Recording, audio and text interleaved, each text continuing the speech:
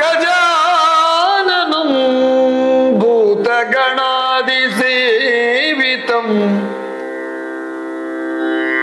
ಕಪಿತ್ತ jumbo ಫಲಸಾರ ಭಕ್ಷಿತಂ ಉಮಾಸುತಂ ಶೋಕ ವಿನಾಶ ಕಾರಣಂ ನಮಾಮಿ ವಿಘ್ನೇಶ್ವರ ಪಾದ ಪಂಕಜಂ ಗಣಪ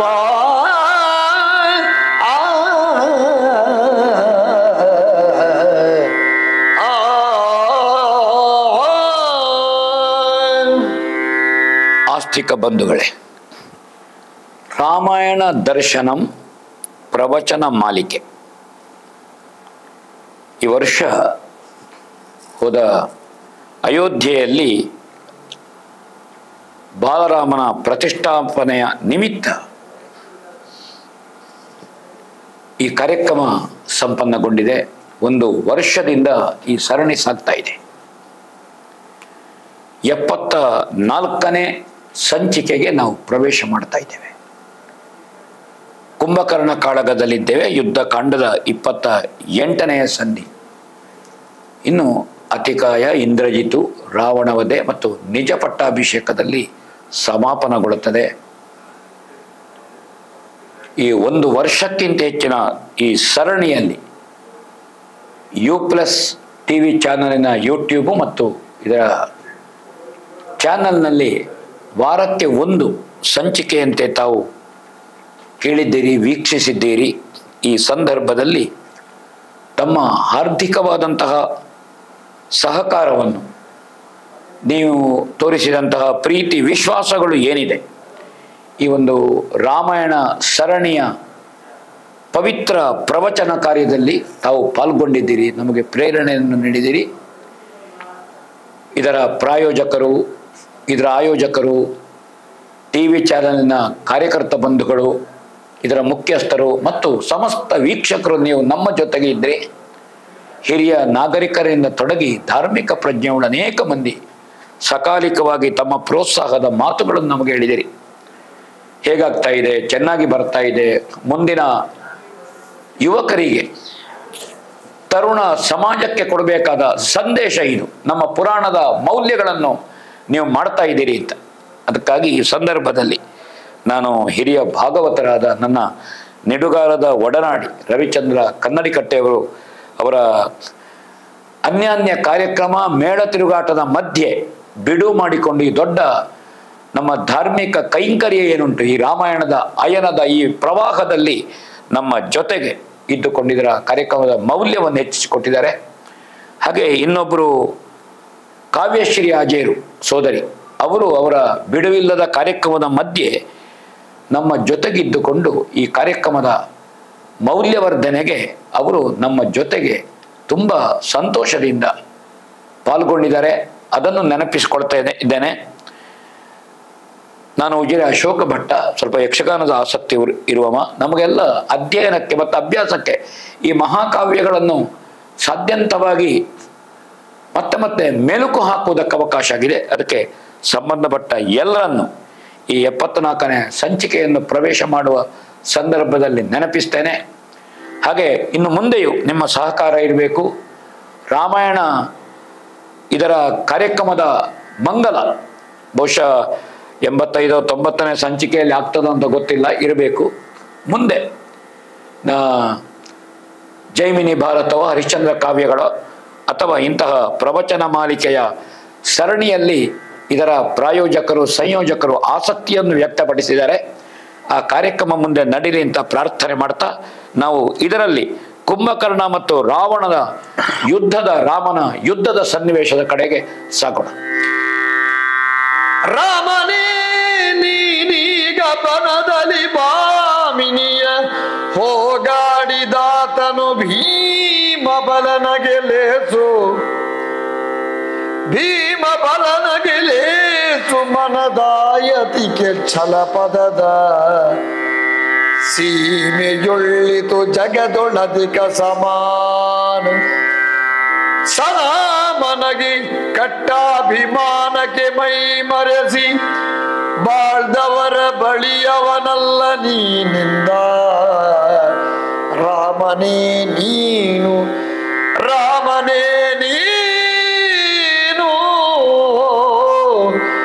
ಭಾಮಿನಿಯ ಹೋಗಾಡಿದತಿ ಬಲನು ನೀನೆಯೋ. ರಾಮನ ಧನುಷ್ಟಲಂಕಾರ ಇಡೀ ಯುದ್ಧ ಭೂಮಿಯಲ್ಲಿ ಮಾರ್ದನಿಸಿತಂತೆ ಲಂಕೆಯಲ್ಲಿ. ಕವಿ ಹೇಳುತ್ತಾನೆ, ಕುಂಭಕರ್ಣನ ಹೊಟ್ಟೆಯ ಒಳಗೆ ಅದರ ಶಬ್ದ ರಾಮ ರಾಮ ಅಂತ ಅನುರಣಿಸಿತಂತೆ. ರಾಮ ರಾಮ ಎಂಬ ಶಬ್ದವನ ಧನುಷ್ಟೇಂಕಾರದಿಂದ ತೊರವೆ ಹೇಳುತ್ತಾನೆ. ಇಲ್ಲಿ ನಲುಗಿ ಹೋದರಂತೆ ಕುಂಭಶ್ರವಣ. ಕಪಿಗಳ ಸಾಹಸದ ಮುಂದೆ ನಾನು ಮೆರೆದಾಡಿದ್ದೇನೆ, ಆದರೆ ಸಾಯಂ ಸಂಧ್ಯೆ ಹೊತ್ತಿಗೆ ಕಿವಿ ಮೂಗನ್ನು ಕಳ್ಕೊಂಡಿದ್ದೇನೆ. ಯಾರು ಧರ್ಮದ ವಿರುದ್ಧ, ಸೌಶೀಲ್ಯದ ವಿರುದ್ಧ, ಸತ್ಯದ ವಿರುದ್ಧ ಯಾರು ಆಕ್ರಮಣ ಮಾಡಿ ಅದರ ನಾಶಕ್ಕೆ ಹೊರಡುತ್ತಾರೆ, ಸೌಶೀಲ್ಯವನ್ನೋ ಸತ್ಯವನ್ನೋ ಧಾರ್ಮಿಕತೆಯನ್ನು ನಾಶ ಮಾಡುತ್ತಾರೆ, ಅಂಥವರಿಗೆ ದೇವರು ಮೂಗನ್ನು ಕೊಡುವುದಿಲ್ಲ, ಕಿವಿಯನ್ನು ಉಳಿಯಗೊಡುವುದಿಲ್ಲ ಎನ್ನುವ ಸಂದೇಶ ಇದು. ಪಂಚವಟಿಯಲ್ಲಿ ರಾಮನ ಮೇಲೆ ಆಕ್ರಮಣಕ್ಕೆ ಹೊರಟಂತಹ ಶೂರ್ಪನಖಿ ಸೀತೆಯನ್ನು ನುಂಗಿ ಬಿಡುತ್ತೇನೆ. ಸೀತೆಯನ್ನು ನುಂಗುವುದು ಅಂದ್ರೆ ಪತಿವ್ರತೆಯನ್ನು ನುಂಗುತ್ತಾಳೆ ಅಂತ ಅರ್ಥ, ಸೌಶೀಲ್ಯವನ್ನು ನುಂಗುತ್ತಾಳೆ ಅಂತ ಅರ್ಥ. ಅವಳ ಕಿವಿ ಮುಗೋಯಿತು. ಇಲ್ಲಿ ಕುಂಭಶ್ರವಣನು ಹಾಗೆ ಅನೀತಿಯ ಕಡೆಯಿಂದ, ಅಧರ್ಮದ ಕಡೆಯಿಂದ ತನ್ನ ಬಲವನ್ನು ವಿನಿಯೋಗ ಮಾಡ್ತಾ ಇದ್ದಾನೆ. ಅವನ ಬಲ ಅನೀತಿಗೆ, ಸ್ತ್ರೀ ಲಂಪಟತನಕ್ಕೆ ವಿನಿಯೋಗ ಆಗ್ತಾ ಉಂಟು. ಅವನ ಮೂಗು ಹೋಗ್ತಾ ಹೋಯಿತು, ಕಿವಿ ಹೋಯಿತು. ಇದು ಬಹಳ ಮುಖ್ಯ. ರಾಮನೇ ಕುಂಭಕರ್ಣನ ರಥದ ಮುಂದೆ ಏಕಾಂಗ ವೀರನಾಗಿ ಬಂದು ನಿಲ್ತಾನೆ. ಏರಿದ ರಥ ಇಲ್ಲ, ಬಿಗಿದ ಕವಚಗಳಿಲ್ಲ, ಶಿರಸ್ತ್ರಾಣಗಳಿಲ್ಲ, ಒಬ್ಬ ಜುಟ್ಟು ಕಟ್ಟಿ ಬಿಟ್ಟ ಮೈಯಲ್ಲಿ ಬಂದು ನಿಂತಿದ್ದಾನೆ ಅಂದ್ರೆ ಅವನ ವಿಕ್ರಮ ಹೇಗಿರಬೇಕು ಆಲೋಚನೆ ಮಾಡಿದೆ. ಅವನ ಧೈರ್ಯ ಎಂತದಿರಬೇಕು. ಹಾಗೆ ಸೆಳೆದು ಬಿಲ್ಲಿಗೆ ಸೇರಿಸಿ ಅವ ನಿಂತಿರ್ತಾನೆ. ಆ ಭಂಗಿಯಲ್ಲಿ ನೀನು ರಾಮನು ಅರಣ್ಯದಲ್ಲಿ ಹೆಂಡತಿಯರು ಕಳ್ಕೊಂಡುಕೊಂಡ ರಾಮ ನೀನು ಅಂತ ಪ್ರಶ್ನೆ ಮಾಡ್ತಾನೆ ಕುಂಭಶ್ರವಣ. ಭಾರಿ ಬಲಶಾಲಿಯಲ್ಲೋ ರಾಮ ನೀನು ಅಂತ ಮಾಡ್ತಾನೆ. ನಿನ್ನ ಮನೋದಾರ್ಷ್ಟ್ಯ ಮೆಚ್ಚತಕ್ಕದ್ದು, ನಿನ್ನ ಹಠಕ್ಕೆ ಮಿತಿ ಇರುವುದು ಒಳ್ಳೆಯದು ಅಂತ ಸಂದೇಶದ ಮಾತನ್ನು ಹೇಳ್ತಾನೆ. ಲೋಕದಲ್ಲಿ ನೀನು ಬಹಳ ಪ್ರಸಿದ್ಧನಾಗಿದ್ದಿ. ಈ ರಾಮನ ಯೋಗ್ಯತೆ ಅವನಿಗೆ ಗೊತ್ತಿತ್ತು. ರಾವಣನ ಹತ್ರ ಹೇಳ್ತಾನೆ, ರಾಮನ ಯೋಗ್ಯತೆ ದೊಡ್ಡದು, ನೀನು ಅವನ ಹೆಂಡತಿಯನ್ನು ಅಪಹರಿಸಿದ್ದು ತಪ್ಪು ಕೆಲಸ ಮಾಡಿದ್ದಿತ್ತ. ಆತ್ಮಗೌರವವನ್ನು ಮುಚ್ಚಿಟ್ಟು ಬದುಕುವವರ ಗುಂಪಿಗೆ ನೀನು ಸೇರಿದವನಲ್ಲ. ನೋಡಿ ಕುಂಭಕರ್ಣನ ಮಾತುಗಳನ್ನು ಗಮನಿಸಿ. ನೀನು ಆತ್ಮಗೌರವವನ್ನು ಬಿಟ್ಟು ಬದುಕುವವನಲ್ಲ, ನೀನು ಆತ್ಮಾಭಿಮಾನಿ ಇದ್ದಿ, ಸ್ವಸ್ವರೂಪ ಪ್ರಜ್ಞೆ ಉಳ್ಳವನಾಗಿ ಯುದ್ಧದಲ್ಲಿ ಸೋತು ಭೋಗದ ಸ್ತ್ರೀಯರನ್ನು ನಮ್ಮ ರಾಕ್ಷಸ ವಂಶದಲ್ಲಿ ಉದಿಸಿದವನಿಗೆ ಕೊಟ್ಟು ರಕ್ಷಣೆ ಪಡೆದ ದೇವತೆಗಳು, ಮನುಷ್ಯರು, ಉರಗರು ಹೀಗೆ ಯಾರಿದ್ದಾರೆ 9,000. ಅದು ಹಾಗಿಲ್ಲಿ ಹೇಳ್ತಾನೆ. ನಿನ್ನ ವಿಕ್ರಮ ದೊಡ್ಡದು, ಅವರ ಮಾತು ಯಾಕೆ? ಯುದ್ಧದ ಕೌಶಲದ ರೀತಿಯನ್ನು ನೀನು ನೋಡು. ಕುಂಭಕರ್ಣ ಅವ ಗರ್ಜಿಸಿ ಮಾತಾಡ್ತಾನೆ. ಆ ಸಂದರ್ಭದಲ್ಲಿ ರಾಮನ ಮಾತುಗಳನ್ನು ಕೇಳೋಣ. ನೀವು ರಕ್ಕದ ರಾಯ ಕುಲದವ, ರಕ್ಕದ ರಾಯ ಕುಲದವ, ರಾವು ರಕ್ಕದರಲ್ಲ ನಿಮಗ. ದೇವ ಕುಲ ಅಂಜುವುದು, ದೇವರಿಗಂಜುವೆವು ನಾವು. ದೇವ ಕುಲವಂಜುವುದು ನಿಮಗ, ದೇವರಿಗಂಜುವೆವು ನಾವು. ಆವುದಭ್ಯಂತರವು ನಿಮಗೆ ಮಗಾವುದಾಗವ ರಚನೆಯದ ಸಂಭಾವಿಸಿ ನೀನುತ ಹೂಡಿದ ನಸಮ ಮಾರ್ಗಣವ. ನೀವು ರಕ್ಕಸರಾಯ ಕುಲದವರು,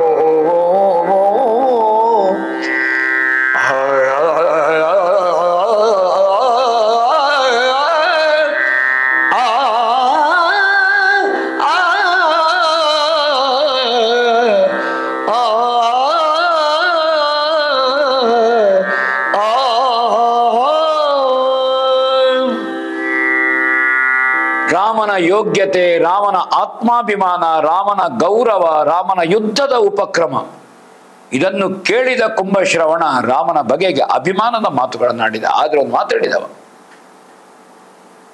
ದೇವತೆಗಳು ನಮಗೆ ಸೋತು ಅಲ್ಲಿರುವಂತಹ ಸ್ತ್ರೀಯರನ್ನು ನಮಗೆ ಭೋಗದ ವಸ್ತುವಾಗಿ ಕೊಡ್ತಾರೆ, ಭೀತಿಯಿಂದ ಹೆದರಿ.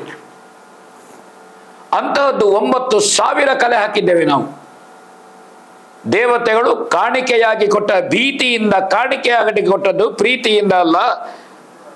ಹಾಗಾದ ಕಾರಣ ನನ್ನ ಜೊತೆಗೆ ಯುದ್ಧ ಕೌಶಲವನ್ನು ತೋರಿಸುವಲ್ಲಿ ನೀನು ಜಾಗ್ರತೆ ಮಾಡಬೇಕು.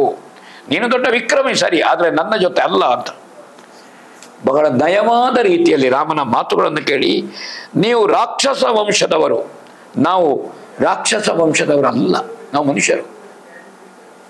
ನೀವು ರಾಕ್ಷಸ ರಾಜರು, ನಾವು ಮನುಷ್ಯರು, ಸಾಮಾನ್ಯ ಮನುಷ್ಯರು, ರಾಜಮನೆತನದವರು. ನಾವು ರಾಕ್ಷಸ ರಾಜರಲ್ಲ, ನಾವು ರಾಜಮನೆತನದವರಷ್ಟೇ ಹೇಳ್ತಾನೆ. ನಿಮಗೆ ದೇವತೆಗಳ ಗುಂಪು ಹೆದರುತ್ತದೆ, ಅವರು ಭೀತಿಯಿಂದ ಹೆದರುತ್ತಾರೆ, ಆದರೆ ನಾವು ದೇವರಿಗೆ ಹೆದರುತ್ತೇವೆ. ಅಂದ್ರೆ ನಾವು ರಾಕ್ಷಸರಿಗೆ ಹೆದರೋರು ಅಲ್ಲ ಅಂತ ರಾಮನ ಮಾತು. ದೇವತೆಗಳು ನಿಮಗೆ ಹೆದರುತ್ತಾರೆ, ಹಾಗೆಂತ ನಾವು ದೇವರಿಗೆ ಹೆದರುತ್ತೇವೆ, ರಾಕ್ಷಸರಿಗೆ ಹೆದರುವುದಿಲ್ಲ. ನಮಗೆ ರಾಕ್ಷಸರನ್ನು ಕಂಡ್ರೆ ಸಿಟ್ಟು ಮಾಡೋದು, ಉತ್ಸಾಹ ಬರೋದು. ನಿಮಗೂ ನಮಗೂ ಯಾವ ಸಂಬಂಧ? ಯುದ್ಧ ಕಾರ್ಯ ಏನುಂಟು ಅದನ್ನು ಮಾತ್ರ ಮಾಡಬೇಕಾದ್ದು ಮುಖ್ಯ. ಈಗ ನಿನ್ನ ಹೊಗಳಿಕೆಯ ಮಾತುಗಳು ಬೇಡ. ನಾನು ಯಾರಿಂದಲೂ ಹೊಗಳಿಸಿಕೊಳ್ಳುವುದಿಲ್ಲ. ನನಗೆ ನಾನೇನು ಅಂತ ಗೊತ್ತಿದೆ, ನನಗೆ ಸ್ವಸ್ವರೂಪ ಜ್ಞಾನ ಇದೆ. ಒಬ್ಬನ ಹೊಗಳಿಕೆಯಿಂದ ನಾನು ಬೀಗುವುದಿಲ್ಲ, ಒಬ್ಬನ ತೆಗಳಿಕೆಯಿಂದ ನಾನು ಕುಗ್ಗುವುದೂ ಇಲ್ಲ. ನನಗೆ ಹೊಗಳಿಕೆಯೂ ಬೇಡ ಅಥವಾ ತೆಗಳಿಕೆಯು ನನಗೆ ಸರಿ ಸಮಾನ. ಅಸಾಮಾನ್ಯ ಬಾಣವನ್ನು ಹುಡ್ತಾನೆ ಅಂತ ರಾಮ. ಹಾಗೆ ಇಬ್ಬರ ಬಾಣಾವಳಿಗಳ ಪ್ರಯೋಗಗಳು ಇಲ್ಲಿ ಆರಂಭ ಆಗ್ತದೆ. ಹೇಳ್ತಾನೆ ಇಲ್ಲಿ, ಕಮಲನಯನ ರಾಮನು ಶ್ರೇಷ್ಠವಾದಂತಹ ಯುದ್ಧ ಮಾಡಿದ. ಪುಲಸ್ಯನ ಮೊಮ್ಮಗನ ಆದಂತಹ ಕುಂಭಶ್ರವಣ ಅವನ ಗುರು ಲಘುಗತಿಯಲ್ಲಿ ಅವರ ಬಾಣಗಳ ವಿನಿಯೋಗಗಳು ನಡೆಯಿತು ಅಂತ ಅವರು ಹೇಳ್ತಾರೆ. ಇಲ್ಲಿ ಬಿಡುವ, ಹೂಡುವ, ಚಿಮ್ಮಿಸುವ ಬಾಣಗಳ ಅಂತರ, ತಡೆಯುವ ಉತ್ಸಾಹ, ಇಬ್ರು ಬಹಳ ಯುದ್ಧ ಮಾಡಿದ್ರಂತೆ. ಹೆಜ್ಜೆಯೂರಿ ನೆಟ್ಟ ದೃಷ್ಟಿಯಿಂದ ಮುಷ್ಟಿ ಹಿಡಿದು, ಹಾಗೆ ಅವರ ಮುಖಾಮುಖಿಗಳು ಅಪೂರ್ವವಾದಂತಹ ಯುದ್ಧ ನಡೆಯಿತು ಅಂತ ಹೇಳ್ತಾನೆ.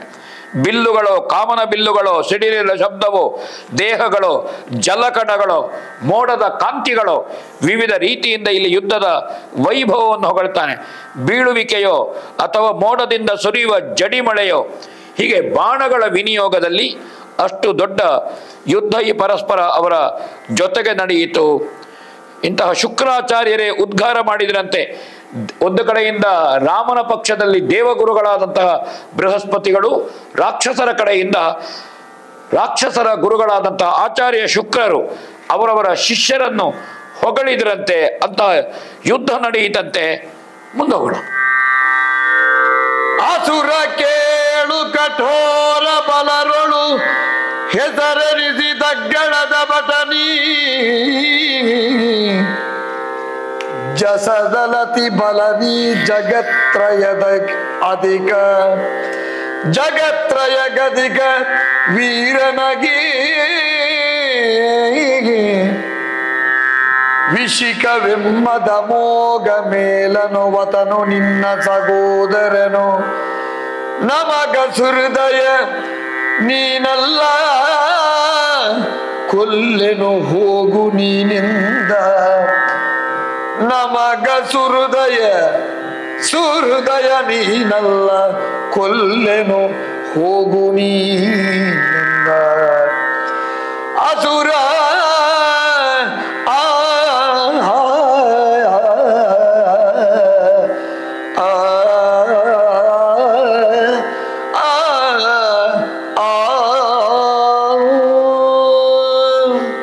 ಹಿರಣ್ಯಾಕ್ಷ ಹಿರಣ್ಯಕಶಿಪಿನವರ ಯುದ್ಧವನ್ನು ನೆನಪಿಸಿದ್ರಂತೆ ಇವರು.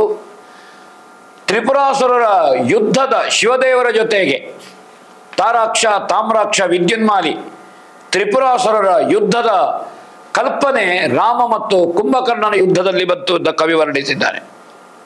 ಆದರೆ ಕುಂಭಕರ್ಣನನ್ನು ಕರುಣೆಯಿಂದ ರಾಮ ಆದರಿಸಿದ ಅಂತ ಕವಿ ಹೇಳ್ತಾನೆ.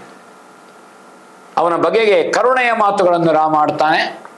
ತನ್ನ ಶಕ್ತಿಯ ಸಾಮರ್ಥ್ಯದ ದ್ಯೋತಕ ಅದು. ತಾನು ಪ್ರಬಲನಿದ್ದೇನೆ, ನಿನಗೆ ಅನುಗ್ರಹ ಕೊಡುವ ಸ್ಥಾನದಲ್ಲಿ ನಾನಿದ್ದೇನೆ ಅಂತ ರಾಮ ಹೇಳ್ತಾನೆ. ಕಠಿಣ ಬಲಶಾಲಿಗಳಲ್ಲಿ ನೀನು ಪ್ರಸಿದ್ಧ ಯೋಧ ಅಂತ ಹೇಳ್ತಾನೆ ರಾಮ. ನೀನು ವಿಕ್ರಮಿ ಹೌದು, ಯೋಧ ಹೌದು, ನಿನ್ನ ಯೋಧತನವನ್ನು ನಾನು ಮೆಚ್ಚಿದ್ದೇನೆ. ಮಹಾಶಕ್ತಿಶಾಲಿ ಕೀರ್ತಿ ಅನ್ನು ಪಡೆದಿದ್ದಿ, 3 ಲೋಕದಲ್ಲಿ ಅತಿಶಯನಾದ ವೀರ ನೀನು. ನಿನ್ನ ವಿಕ್ರಮಕ್ಕೆ ಸರಿಸಾಟಿಯಾದವರು ರಾಕ್ಷಸ ಸಂದೋಹದಲ್ಲಿ ಇಲ್ಲ. ರಾಮ ಒಳ್ಳೆ ಮೆಚ್ಚುಗೆಯ ಮಾತನ್ನು ಹೇಳ್ತಾನೆ. ಅಮೋಘವಾದಂತಹ ಬಾಣ ಇದೆ ನನ್ನಲ್ಲಿ, ಅದು ನೆನಪಿರ್ಲಿ ಮಾತ್ರ ನಿನ್ನ ಹತ್ರ. ನಿನ್ನ ಸಹೋದರ ನನ್ನಕ್ಕೆ ಬಾಣಕ್ಕೆ ವಶನಾಗಬೇಕಾದವ, ನೀನು ನನ್ನ ಶತ್ರುವಲ್ಲ ಹೇಳಿದ. ನನ್ನ ಶತ್ರುತ್ವ ರಾಕ್ಷಸ ಕುಟುಂಬದ ಮೇಲೆ ಇಲ್ಲ, ರಾಕ್ಷಸ ಸಮೂಹದ ಮೇಲೆ ಇಲ್ಲ. ನನಗೆ ಶತ್ರುತ್ವ ಇರುವಂತಹದ್ದು ರಾವಣನ ಮೇಲೆ ಮಾತ್ರ. ಯಾಕೆಂದ್ರೆ ಸೀತಾಪರ ಮಾಡಿದ್ದವ, ಅವನ ಜೊತೆಗೆ ಯಾವ ಸೈನಿಕರು ಇರಲಿಲ್ಲ. ಸೀತಾಪರ ಮಾಡುವಾಗ ಸನ್ಯಾಸಿ ವೇಷ ಧರಿಸಿ ಅವ ಸೀತಾಪರ ಮಾಡಿದ್ದಾರೆ. ವಿಭೀಷಣನಿಗೆ ಆಶ್ರಯ ಕೊಡಲಿಲ್ವ ನಾನು? ರಾವಣನ ತಮ್ಮ ಅಂತ ಅವನಿಗೆ ಶಿಕ್ಷೆ ಕೊಟ್ಟಿದ್ದೇನ? ಅವನನ್ನು ಗೌರವಿಸಿದ್ದೇನೆ. ಹಾಗಾದ ಕಾರಣ ನಿನ್ನನ್ನು ನಾನು ಗೌರವಿಸ್ತಾ ಇದ್ದಾನೆ. ನಿನ್ನನ್ನು ಕೊಲ್ಲುವುದಿಲ್ಲ, ನಿನ್ನ ಅಣ್ಣನನ್ನು ಯುದ್ಧಕ್ಕೆ ಕಳುಹಿಸಿಡುತ್ತಾನೆ. ನನ್ನ ಕೊಡುಗೆ ಹೋಗು ನೀನು, ನಿನ್ನನ್ನು ನಾನು ಕೊಲ್ಲುವುದಿಲ್ಲ, ನಿನ್ನ ಹತ್ರ ದ್ವೇಷವೂ ಇಲ್ಲ ನನಗೆ. ನಿನ್ನ ಅಣ್ಣ ಉಳಿದರೆ ನೀನು ಬದುಕಿಕೊಳ್ಳುತ್ತಿ, ಅದು ನೆನಪಿರಲಿ. ರಾವಣ ಉಳಿದರೆ ನೀನು ಬದುಕುತ್ತಿ, ರಾವಣ ಸತ್ರೆ ನಿನಗೆ ಅಸ್ತಿತ್ವ ಇಲ್ಲ. ಒಂದು ವೇಳೆ ರಾವಣ ಸತ್ತ ಅಂತ ತಿಳ್ಕೊಳ್ಳುವ, ವಿಭೀಷಣನನ್ನು ಆಶ್ರಯಿಸಿ ನಿನಗೆ ಬದುಕಬಹುದು. ನಾನು ರಾಕ್ಷಸ ದ್ವೇಷಿ ಅಲ್ಲ, ನಾನು ಜನಾಂಗ ದ್ವೇಷಿ ಅಲ್ಲ, ನಾನು ಅಧರ್ಮವನ್ನು ನಾಶಪಡಿಸುವುದಕ್ಕೆ ಬಂದವ, ಸ್ತ್ರೀ ಲಂಪಟನಿಗೆ ಶಿಕ್ಷೆ ಕೊಡುವುದಕ್ಕೆ ನಾನು ಬಂದವ ಅಂತ ಹೇಳ್ತಾನೆ. ವ್ಯರ್ಥವಾಗಿ ಸಾಯಬೇಡ ನೀನು. ಅವನಿಗೆ ಬದುಕಲಿಕ್ಕೆ ಅವಕಾಶವನ್ನು ರಾಮ ಕೊಡ್ತಾನೆ. ತಮೋ ಗುಣದಿಂದ ಕೂಡಿದವರು ನಾವು ನಿದ್ರೆಯಲ್ಲಿ ಮುಳುಗಿರುವವರು, ನಾವು ರಾಕ್ಷಸ ಕರ್ಮಿಗಳು. ನಾವು ಯಾಕೆ ಹೀಗೆ ಮಾಡ್ತೇವೆ ಅಂತ ಕೇಳಲಿಕ್ಕೆ ನಮಗೆ ಇದು ಸ್ವಭಾವ ಆಡ್ತಾನೆ ಕುಂಭಕರ್ಣ, ಅದರಲ್ಲಿ ಏನಿಲ್ಲ. ಜಗತ್ತಿನಲ್ಲಿ ಮೂರ್ಖರು ನಮ್ಮ ಶಿಷ್ಯರು. ಒಂದು ವೇಳೆ ತಲೆ ತುಂಡಾಗಿ ಬಿದ್ದರೂ ಆ ತುಂಡಾದ ದೇಹದಿಂದ ನಾವು ಉರುಳಾಡಿ ಹೊರಳಾಡಿ ನಾವು ಯುದ್ಧ ಮಾಡುವಂತಹ ಪ್ರವೃತ್ತಿ ಉಳ್ಳವರು, ಕಾದುವ ಕಲಿಗಳು. ಹಾಗಣ್ಣ ನೀನು ಕಠಿಣ ಹೃದಯನಾಗು, ನನಗೆ ಅನುಗ್ರಹವನ್ನೆಲ್ಲ ಕೊಡ್ಲಿಕ್ಕೆ ಹೊರಡಬೇಡ ನೀನು, ನಾನು ಆ ಕರುಣೆಯ ಮಾತೆ ನನಗೆ ಬೇಡ ಅಂತ ಕುಂಭಕರ್ಣ ಹೇಳ್ತಾನೆ. ಹಾಗೆ ಉಗ್ರವಾದಂತಹ ಕದನವನ್ನು ಅಂಜಿಕೆ ಬಿಟ್ಟು ಮಾಡಬೇಕಾದ್ದು ಮುಖ್ಯ ಇಲ್ಲಿ ಅಥವಾ ಯುದ್ಧಕ್ಕೆ ಮತ್ತು ಮುಂದೆ ಆಗ್ತಾರಂತೆ. ರಘುಕುಲ ಚಕ್ರವರ್ತಿಯ ಮೇಲೆ ಬಾಣಗಳನ್ನು ಬಿಟ್ಟಂತೆ. ವಿಶ್ವಾಮಿತ್ರರು ಕೊಟ್ಟಂತಹ ಮಂತ್ರಶಕ್ತಿ ಇತ್ತು ಅವರ ಹತ್ರ, ಶ್ರೇಷ್ಠ ಕವಚಗಳಿತ್ತು ಲಕ್ಷ್ಮೀಪತಿ ರಾಮ. ಹಾಗಾದ ಕಾರಣ ಅವನು ತಿಳಿದಂತಹ ಮಂತ್ರಗಳು ಏನಿದೆ, ಬಲ ಅತಿ ಬಲ. ವಿಶ್ವಾಮಿತ್ರರು ಕೊಟ್ಟಂತಹ ದಿವ್ಯವಾದಂತಹ ಮಂತ್ರ ರಕ್ಷಣೆಯಿಂದ ರಾಮ ಆ ಸಂದರ್ಭದಲ್ಲಿ ಉಳಿದಿನಂತೆ. ಆ ಗುರುಗಳ ವಸಿಷ್ಠರದ್ದು ವಿಶ್ವಾಮಿತ್ರರದ್ದು ಇದು ರಾಮನಿಗೆ ರಕ್ಷಣೆಯನ್ನು ಕೊಟ್ಟಿತು ಅಂತ ಸಂದರ್ಭದಲ್ಲಿ ಅಮೋಘವಾದಂತಹ ಬಾಣವನ್ನು ಪ್ರಯೋಗ ಮಾಡಿದನಂತೆ. ಏನಾಯ್ತು ಅಂತ ನೋಡುವ. ನೆಗಗಿದನು ಬಳಿಕವನು ಕಮಲದ ಮಗನು ಪೂರ್ವದಲ್ಲಿದ್ದ ಶಕ್ತಿಯ ತಗಿಲೆಂದು ದಳ್ಳುರಿ ದಟ್ಟಿಸಿತು ನಭವಾಗ. ಜಗುಳು ಗಿಡಿಗಳ ಗಡನ ದಿಸೆ ಗುಗುಳಿದುದು ದಿಗು ಬಿತ್ತಿಗಳ ಕಾರ್ಬೊಗೆ ವಿಘಾತಿಸೆ ಕಾಡ ಕೂಡಿದು ತಮರ ಸಂಧೋಗ. ನೆಗಗಿದನು ಬಳಿಕವನು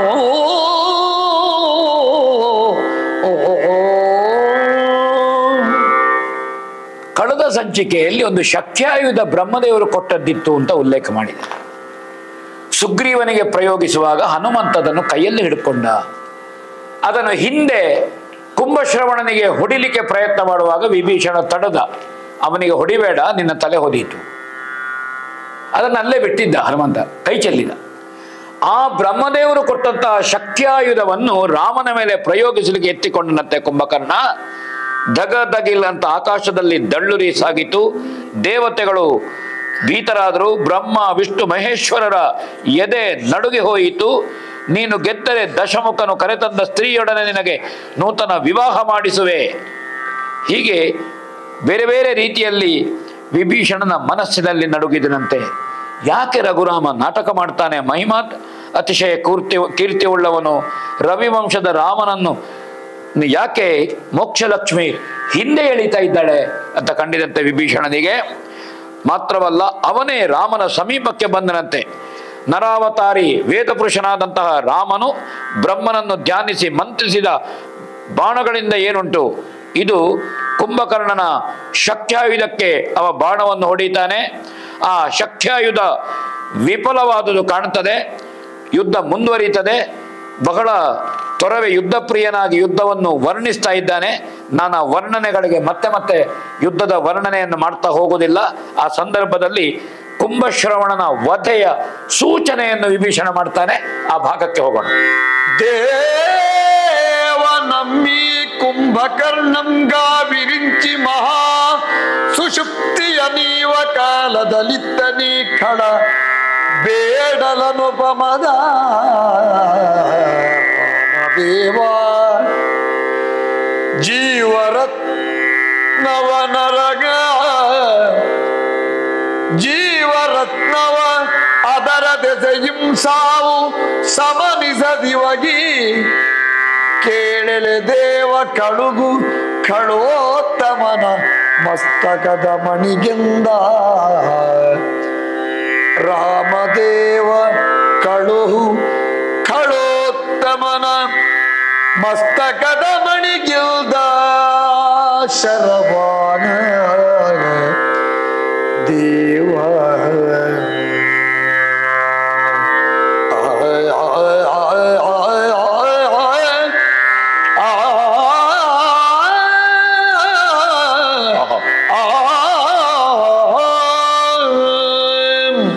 ಒಂದೊಂದೇ ಅಂಗವನ್ನು ರಾಮ ಕಡಿತಾ ಹೋಗ್ತಾನೆ. ಕುಂಭಕರ್ಣನದ್ದು ಒಂದು ಭುಜದಂಡದಿಂದ ಒಂದು ಕೈಯನ್ನು, ಮತ್ತೊಂದು ಕೈಯನ್ನು, ಅವನ ಒಂದೊಂದು ಅಂಗವನ್ನು ಕಡಿದು ಕಡಿದು ಕಡಿದು ದೊಡ್ಡ ಆಲದ ಮರವನ್ನು ಕಡಿದ ಹಾಗೆ. ಒಮ್ಮೆಲೆ ಮರವನ್ನು ಕಡಿದ್ರೆ ಇಡೀ ಅದು ಒಂದು ಪ್ರದೇಶದ ಮೇಲೆ ಬಿದ್ದು ಉಳಿದ ಬೆಳೆಯನ್ನು, ಕೃಷಿಯನ್ನು ಅಥವಾ ಕಟ್ಟಡಗಳನ್ನು ಹಾನಿ ಮಾಡಬಹುದು. ಅಂತಹ ಮರಗಳನ್ನು ಕಡಿಯುವಂತಹದ್ದು ಹಾಗೆ ಒಂದೊಂದೇ ಗೆಲ್ಲನ್ನು ಕತ್ತರಿಸ್ತಾ ಹೋಗುವಂತಹದ್ದು. ಒಮ್ಮೆಲೆ ಕುಂಭಕರ್ಣನನ್ನು ಕೊಂದ್ರೆ ಒಂದಷ್ಟು ಕೋಟಿ ಸಂಖ್ಯೆಯ ರಾಕ್ಷಸರ ಸೇನೆ ಮೇಲೆ ಬೀಳ್ತಾನೆವ, ಅಥವಾ ಕಪಿ ಸೇನೆಯ ಮೇಲೆ ಬೀಳಬಹುದು. ಆಗ ಅಪಾರವಾದಂತಹ ನಷ್ಟ ಕಪಿಗಳನ್ನು ಆಗಬಹುದು. ಅಥವಾ ನಿರಾಪರಾಧಿಗಳಾಗಿ ಕೇವಲ ಪ್ರಭುವಿನ ಮೇಲೆ ಇರುವಂತಹ ನಿಷ್ಠೆಯಿಂದ ಹೋರಾಡುವ ರಾಕ್ಷಸರಿರಬಹುದು. ಅವರಿಗೆ ರಾಮದ್ವೇಷ ಏನು? ರಾವಣನಿಗೆ ಬೇಕಾಗಿ ಹೋರಾಟ ಮಾಡ್ತಾರೆ ಅವರು. ಹಾಗಾಗಿ ಜೀವಹಾನಿ ನಾವು ಮಾಡಬಾರದು ಎನ್ನುವುದರಿಂದ ಒಂದೊಂದೇ ಅವನ ಅಂಗಾಂಗಗಳನ್ನು ಕಡಿತಾ ಹೋಗ್ತಾನೆ ರಾಮ. ಆ ಸಂದರ್ಭದಲ್ಲಿ ವಿಭೀಷಣ ಬರ್ತಾನೆ. ಕುಂಭಕರ್ಣನಿಗೆ ಹೀಗೆ ಅಲ್ಲ ಸ್ವಾಮಿ, ಬದಲಾಗಿ ಎಷ್ಟೇ ಹೊಡಿ ನೀನು, ಯಾವ ಅಂಗ ಛೇದನ ಮಾಡು, ಅವನ ಕುತ್ತಿಗೆ ತಲೆ ಕಡಿ, ಅವ ಸಾಯುವುದಿಲ್ಲ, ಅವ ಮತ್ತು ಹೊರಡಾಡ್ತಾ ಇರ್ತಾನೆ, ಅವನ ದೇಹ ಹೊರಡಾಡ್ತದೆ. ಅದು ಒಂದಷ್ಟು ಕಪ್ಪಿಗಳನ್ನು ಕೊಲ್ಲುವುದಕ್ಕೆ ಸಾಧ್ಯ ಉಂಟು. ಗಾಢ ನಿದ್ರೆಯನ್ನು ಬ್ರಹ್ಮದೇವರು ಅವನಿಗೆ ಅನುಗ್ರಹಿಸ್ತಾನೆ. ಅವನೇ ಕೇಳಿದ್ದದನ್ನು. ಆ ಗಾಢ ನಿದ್ರೆಯನ್ನು ಕರುಣಿಸಿದ ಕಾಲದಲ್ಲಿ ಇವನು ಪ್ರಾರ್ಥಿಸಿದಂತೆ, ನನಗೆ ನಿದ್ರೆಯ ಬಂತಲ್ಲ, ನನಗೆ ಬದುಕೇ ಇಲ್ಲದೆ ಹೋಯ್ತಲ್ಲ ಬ್ರಹ್ಮದೇವರೇ, ನನ್ನ ನಾಲಿಗೆಯಿಂದ ನಿದ್ರೆಯನ್ನು ನಾನು ಕೇಳಿದನಲ್ಲ, ನೀನು ತಥಾಸ್ತು ಹೇಳಿದ್ದೀನಿ, ಏನು ಮಾಡ್ಲಿಕ್ಕೆ ಆಗುದಿಲ್ಲ. ಹಾಗೆ ನನಗೆ ಏನನ್ನು ಅನುಗ್ರಹ ಮಾಡುತ್ತಿದ್ದ ವಿಶೇಷವಾದಂತಹ ಜೀವರತ್ನವನ್ನು ಕೊಟ್ಟಿದ್ದನಂತೆ ಬ್ರಹ್ಮದೇವರು. ಆ ಜೀವರತ್ನ ಏನಿದೆ, ಇವನಿಗೆ ಆ ಜೀವರತ್ನವನ್ನು ನೀನು ತೆಗೆಯದೆ ಅವನಿಗೆ ಸಾವು ಬರುವುದಿಲ್ಲ. ಆ ಜೀವರತ್ನ ಅವನ ಹಣೆಯಲ್ಲಿ ಅಡಕವಾಗಿದೆ. ಅವನ ಹಣೆಗೆ ಬಾಣ ಹೊಡಿಬೇಕು. ನೀನಿನ್ನು ದೇಹದ ಯಾವ ಭಾಗಕ್ಕೆ ಬಾಣ ಹೊಡೆದ್ರೂ ಅವನು ಸಾಯುವುದಿಲ್ಲ ಅಂತ ಹೇಳ್ತಾನೆ ವಿಭೀಷಣ. ಹಾಗೆ ಅವನ ತಲೆಯ ಮಧ್ಯಭಾಗವನ್ನು ಛೇದಿಸಿದರೆ, ಅವನ ತಲೆಯನ್ನು ಒಡೆದ್ರೆ ಎದೆಯ ಒಳಗೆ ಇರುವಂತಹ ಪ್ರಾಣ ಹಾರಿ ಹೋಗುವುದಕ್ಕೆ ಸಾಧ್ಯ. ತಲೆಯನ್ನು ಒಡೆಯದೇ ಇದ್ರೆ, ಆ ಜೀವರತ್ನವನ್ನು ನೀನು ಹಾರಿಸದೇ ಇದ್ರೆ, ತೆಗೆಯದಿದ್ರೆ ಅವನಿಗೆ ಜೀವ ಹೋಗುವುದಿಲ್ಲ ಹೇಳ್ತಾನೆ. ಹಾಗೆ ರಾಮ ತನ್ನ ವಿಶಿಷ್ಟವಾದಂತಹ ಬಾಣವನ್ನು ತೆಗೆದು ಅದನ್ನು ಅವನ ನೆತ್ತಿಗೆ ನೋಟವನ್ನಾಗಿಟ್ಟು ಕುಂಭಕರ್ಣನ ಮೇಲೆ ಪ್ರಯೋಗಿಸ್ತಾನೆ. ಆ ಜೀವದ ಮಣಿ ಅದು ಹಾರಿ ಬ್ರಹ್ಮನನ್ನು ಹೋಗಿ ಸೇರ್ತದೆ ಅಂತೆ ಅದು. ಹಾಗೆ ಆ ಯುದ್ಧ ಭೂಮಿಯಲ್ಲಿ ಅವನ ತಲೆ ಒಡೆಯಿತಂತೆ, ಪಾತಾಳಕ್ಕೆ ನೆಲ ಕುಸಿಯಿತಂತೆ, ಅವನ ದೇಹ ಬಿದ್ದಂತೆ. ಎಷ್ಟೋ ಸಂಖ್ಯೆಯ ಕಪಿಗಳು, ರಾಕ್ಷಸರು ಅದರ ಅಡಿಯಲ್ಲಿ ಸಿಲುಕಿದ್ರಂತೆ. ಹಾಗೆ ಲಕ್ಷ್ಮಣ ಸುಗ್ರೀವಾದಿಗಳು ಅತಿಶಯವಾದಂತಹ ವಿಜಯ ಸಂಪಾದನೆಯಿಂದ ರಾಮನಿಗೆ ಜಯಕಾರ ಹೇಳಿದರಂತೆ.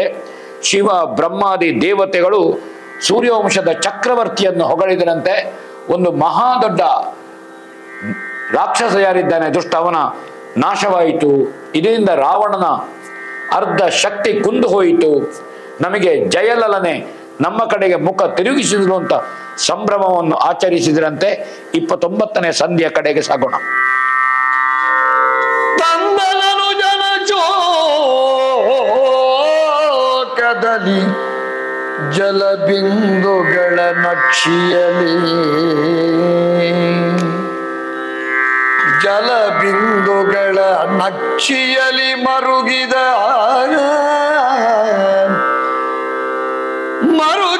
ನಂದಿರುಳಿನಲಿ ಕರುಳುಗಳ ತೊಳಲಿಕೆಯ ತಾಪದಲ್ಲಿ ಕುಂದಿತೆ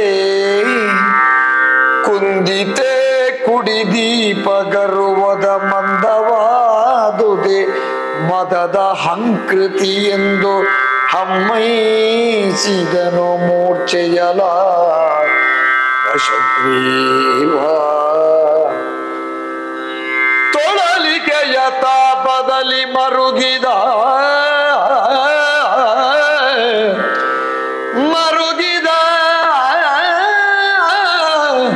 ಹರನೇ ಶಂಕರನೇ ಅಕಟ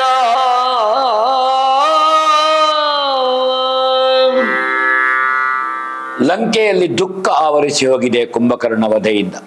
ರಾವಣನಿಗೆ ಅತ್ಯಂತ ಪ್ರೀತಿಯ ತಮ್ಮ, ಸೀತಾಪಹಾರವನ್ನು ವಿರೋಧಿಸಿದ್ರೂ ಅಣ್ಣನ ಮೇಲಿನ ಗೌರವದಿಂದ ಶ್ರದ್ಧೆಯಿಂದ ಯುದ್ಧಕ್ಕೆ ಹೊರಟಂತಹ ಕುಂಭಶ್ರವಣ ಒಂದು ಕಡೆಯಲ್ಲಿ ಆಕ್ಷೇಪ ಹೇಳುತ್ತಾನೆ, ಹಾಗೆ ಅಂತ ಅವ ಯುದ್ಧಕ್ಕೆ ವಿಮುಖನಾಗಲಿಲ್ಲ. ತನ್ನ ಬದುಕಿನಲ್ಲಿ ಅಥವಾ ಹೋರಾಟದ ಅಲ್ಲಿ ಜಯದ ನಿರೀಕ್ಷೆಯೇ ರಾವಣನಿಗೆ ಹೊರಟು ಹೋಗಿದೆ, ಅದು ಕಾಣ್ತದೆ. ದೇವತೆಗಳೆಂಬ ಮನ್ಮಥನನ್ನು ಸುಡುವ ರುದ್ರ ಸದೃಶನಾದಂತಹ ನನ್ನ ತಮ್ಮ ಕುಂಭಶ್ರವಣ ಅತಿಶಯದ ಪರಾಕ್ರಮಶಾಲಿಯನ್ನು ಯುದ್ಧಕ್ಕೆ ಬಲಿ ಕೊಟ್ಟು ಬಂದಿರ ಅಂತ ಹೇಳ್ತಾನೆ. ಲಂಕೆಯಲ್ಲಿ ಅಪ್ರತಿಮ ವಿಕ್ರಮಿ ಯುದ್ಧಕ್ಕೆ ಕುಂಭಕರ್ಣ ಹೊರಟ್ರೆ ನಾವು ನೋಡಿದ್ದೇವೆ. ಕಳೆದ ಸಂಚಿಕೆಯಲ್ಲಿ ಕುಂಭಶ್ರವಣನ ಯುದ್ಧವನ್ನು ನೋಡಿದ್ದೇನೆ. ಎಲ್ಲ ಕಪಿಗಳು, ಹನುಮ, ಜಾಂಬವ, ಸುಗ್ರೀವಾದಿಗಳು ಎಲ್ಲರೂ ಕುಂಭಕರ್ಣನ ಮುಂದೆ ಸೋಲನ್ನು ಉಂಡಿದ್ದಾರೆ. ಅಂತಹ ಕುಂಭಕರ್ಣ, ನನ್ನ ಒಂದು ತೋಳು ಬರಡಾಯಿತು, ಇನ್ನೊಂದು ತೋಳು ಬಿದ್ದು ಹೋಯಿತು ಹೇಳ್ತಾನೆ ರಾವಣ. ನನ್ನ ತೋಳ ಶಕ್ತಿಯದು, ಅದೇ ರಟ್ಟೆಯ ಶಕ್ತಿಯೇ ಬಿದ್ದು ಹೋಯಿತು ಅಂತ ಹೇಳ್ತಾನೆ. ನನ್ನ ದರ್ಪ ಮಾತ್ರ ಉಳಿಯಿತು, ಬೇರೆ ಯಾವುದು ಶಕ್ತಿಗಳು ನನ್ನಲ್ಲಿಲ್ಲ ಅಂತ ಹೇಳ್ತಾನೆ. ನಾನು ಒಬ್ಬಂಟಿಗನಾದೆ. ನೋಡಿ, ಅವನಿಗೆ ಒಂಟಿತನ ಕಾಡಿತವನನ್ನು. ವಿಭೀಷಣ ಹೊರಟು ಹೋಗಿದ್ದಾನೆ, ಅವನೇ ಹೇಳ್ತಾನೆ, ನನ್ನ ಒಬ್ಬ ತಮ್ಮನನ್ನು ನಾನು ಮನೆಯಿಂದ ಹೊರ ಹಾಕಿದೆ, ವಿಭೀಷಣನನ್ನು ಹೊರ ಹಾಕಿದೆ, ಇನ್ನೊಬ್ಬ ತಮ್ಮನನ್ನು ಯುದ್ಧದ ಆಟಕ್ಕೆ ಚಾಚಿದೆ. ನಾವು 3 ಮಂದಿ ಜೊತೆಯಾಗಿ ಹುಟ್ಟಿದ್ದು, ಈಗ ಒಬ್ಬನಾಗಿ ಉಳಿದೆ, ಯಾರು ನನ್ನ ಜೊತೆಗಿಲ್ಲ ಅಂತ ಹೇಳ್ತಾನೆ. ದೇವತೆಗಳು ಅವಮಾನಿಸುವಂತಾಯಿತು ನನ್ನ ಬದುಕು, ನನ್ನ ಬಾಳು. ನಗೆಯಾಡ್ತಾರೆ ದೇವತೆಗಳು. ಇಡೀ ದೇವತೆಗಳಿಗೆ ಸಂಕಟ ಕೊಟ್ಟಿದ್ದೇನೆ, ಆ ದೇವತೆಗಳು ಕುಣಿದು ಕುಪ್ಪಳಿಸುವಂತಹ ಸ್ಥಿತಿಯಲ್ಲಿದ್ದಾರೆ. ತಮ್ಮನ ಮರಣಕ್ಕೆ ದುಃಖಿಸುತ್ತಾ ಕಣ್ಣೀರು ತಂದುಕೊಂಡರಂತೆ. ಪ್ರಪ್ರಥಮ ಬಾರಿಗೆ ರಾವಣ ಕಣ್ಣೀರು ಹಾಕಿದ್ದು, ಅವನ ಕಣ್ಣಿನಲ್ಲಿ ನೀರು ಬರಲಿಲ್ಲ. ಎಲ್ಲರ ಕಣ್ಣಿನಲ್ಲಿ ನೀರು ಬರಿಸಿದ್ದಾನೆ, ಎಲ್ಲರ ಮೈಯಿಂದ ರಕ್ತ ಚೆಲ್ಲಿದ್ದಾನೆ.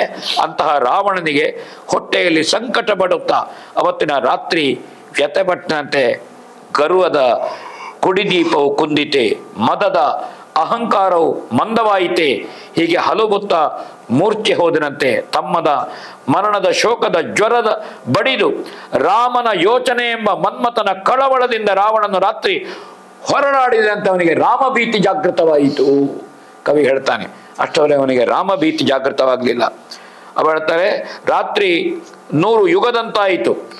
ಸೂರ್ಯ ಹುಟ್ಟುವ ಮೊದಲೇ ಸಭೆಗೆ ನಡೆದಂತೆ ಮೊಮ್ಮಗ ಅಂಗದನ ರಾಕ್ಷಸನ ಕಾಳಗದ ಗೆಲುವ.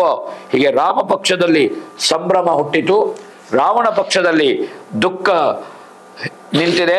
ಹಾಗೆ ಸಿಟ್ಟಿನಿಂದ ಏನು ಮಾಡುದು, ಯುದ್ಧದಲ್ಲಿ ನಮ್ಮ ಜಯ ಲಘುವಾಯಿತು, ಶತ್ರುವಿನ ಶ್ರೇಷ್ಠತೆ ಹೆಚ್ಚಾಯಿತು. ಮರುದಿವಸ ಸಭೆ ನೆರೆಸಿದ. ಸಭೆಯಲ್ಲಿ ಅವನಿಗೆ ಚಿಂತೆ ಆವರಿಸಿದೆ. ಯುದ್ಧಕ್ಕೆ ಯಾರು ಹೋಗುವುದು ತಾನು ಹೋಗುವುದು ಅಂತ ಗೊಂದಲದಲ್ಲಿ ಕಳವಳದಲ್ಲಿದ್ದಾನೆ. ಆ ಸಂದರ್ಭದಲ್ಲಿ ಯಾರು ಧೈರ್ಯದಿಂದ ಹೊರಟರು ಅಂತ ನಾನು ನೋಡೋಣ. ಚಿಂತೆಯೇ ಕೆಳಜಿ ಅಪೋದವರಂತಿರಲಿ ರಣರಸದಿ ನಿಮ್ಮಂತರಂಗದ ಶೋಕ ವಹಿನಿಯ ನಂದಿಸುವೆ ನಿನುತಾಗ ಅಂತರಗಿತ ಪರಾಕ್ರಮದ ಜೀವಾಂತಕ ದೇವಾಂತಕ ತ್ರಿಶಿರ ಪ್ರಸಿದ್ಧ ನರಾಂತಕ ಮಹೋದರನು ಯುದ್ಧೋನ್ಮತ್ತರಲುಕಿದನು.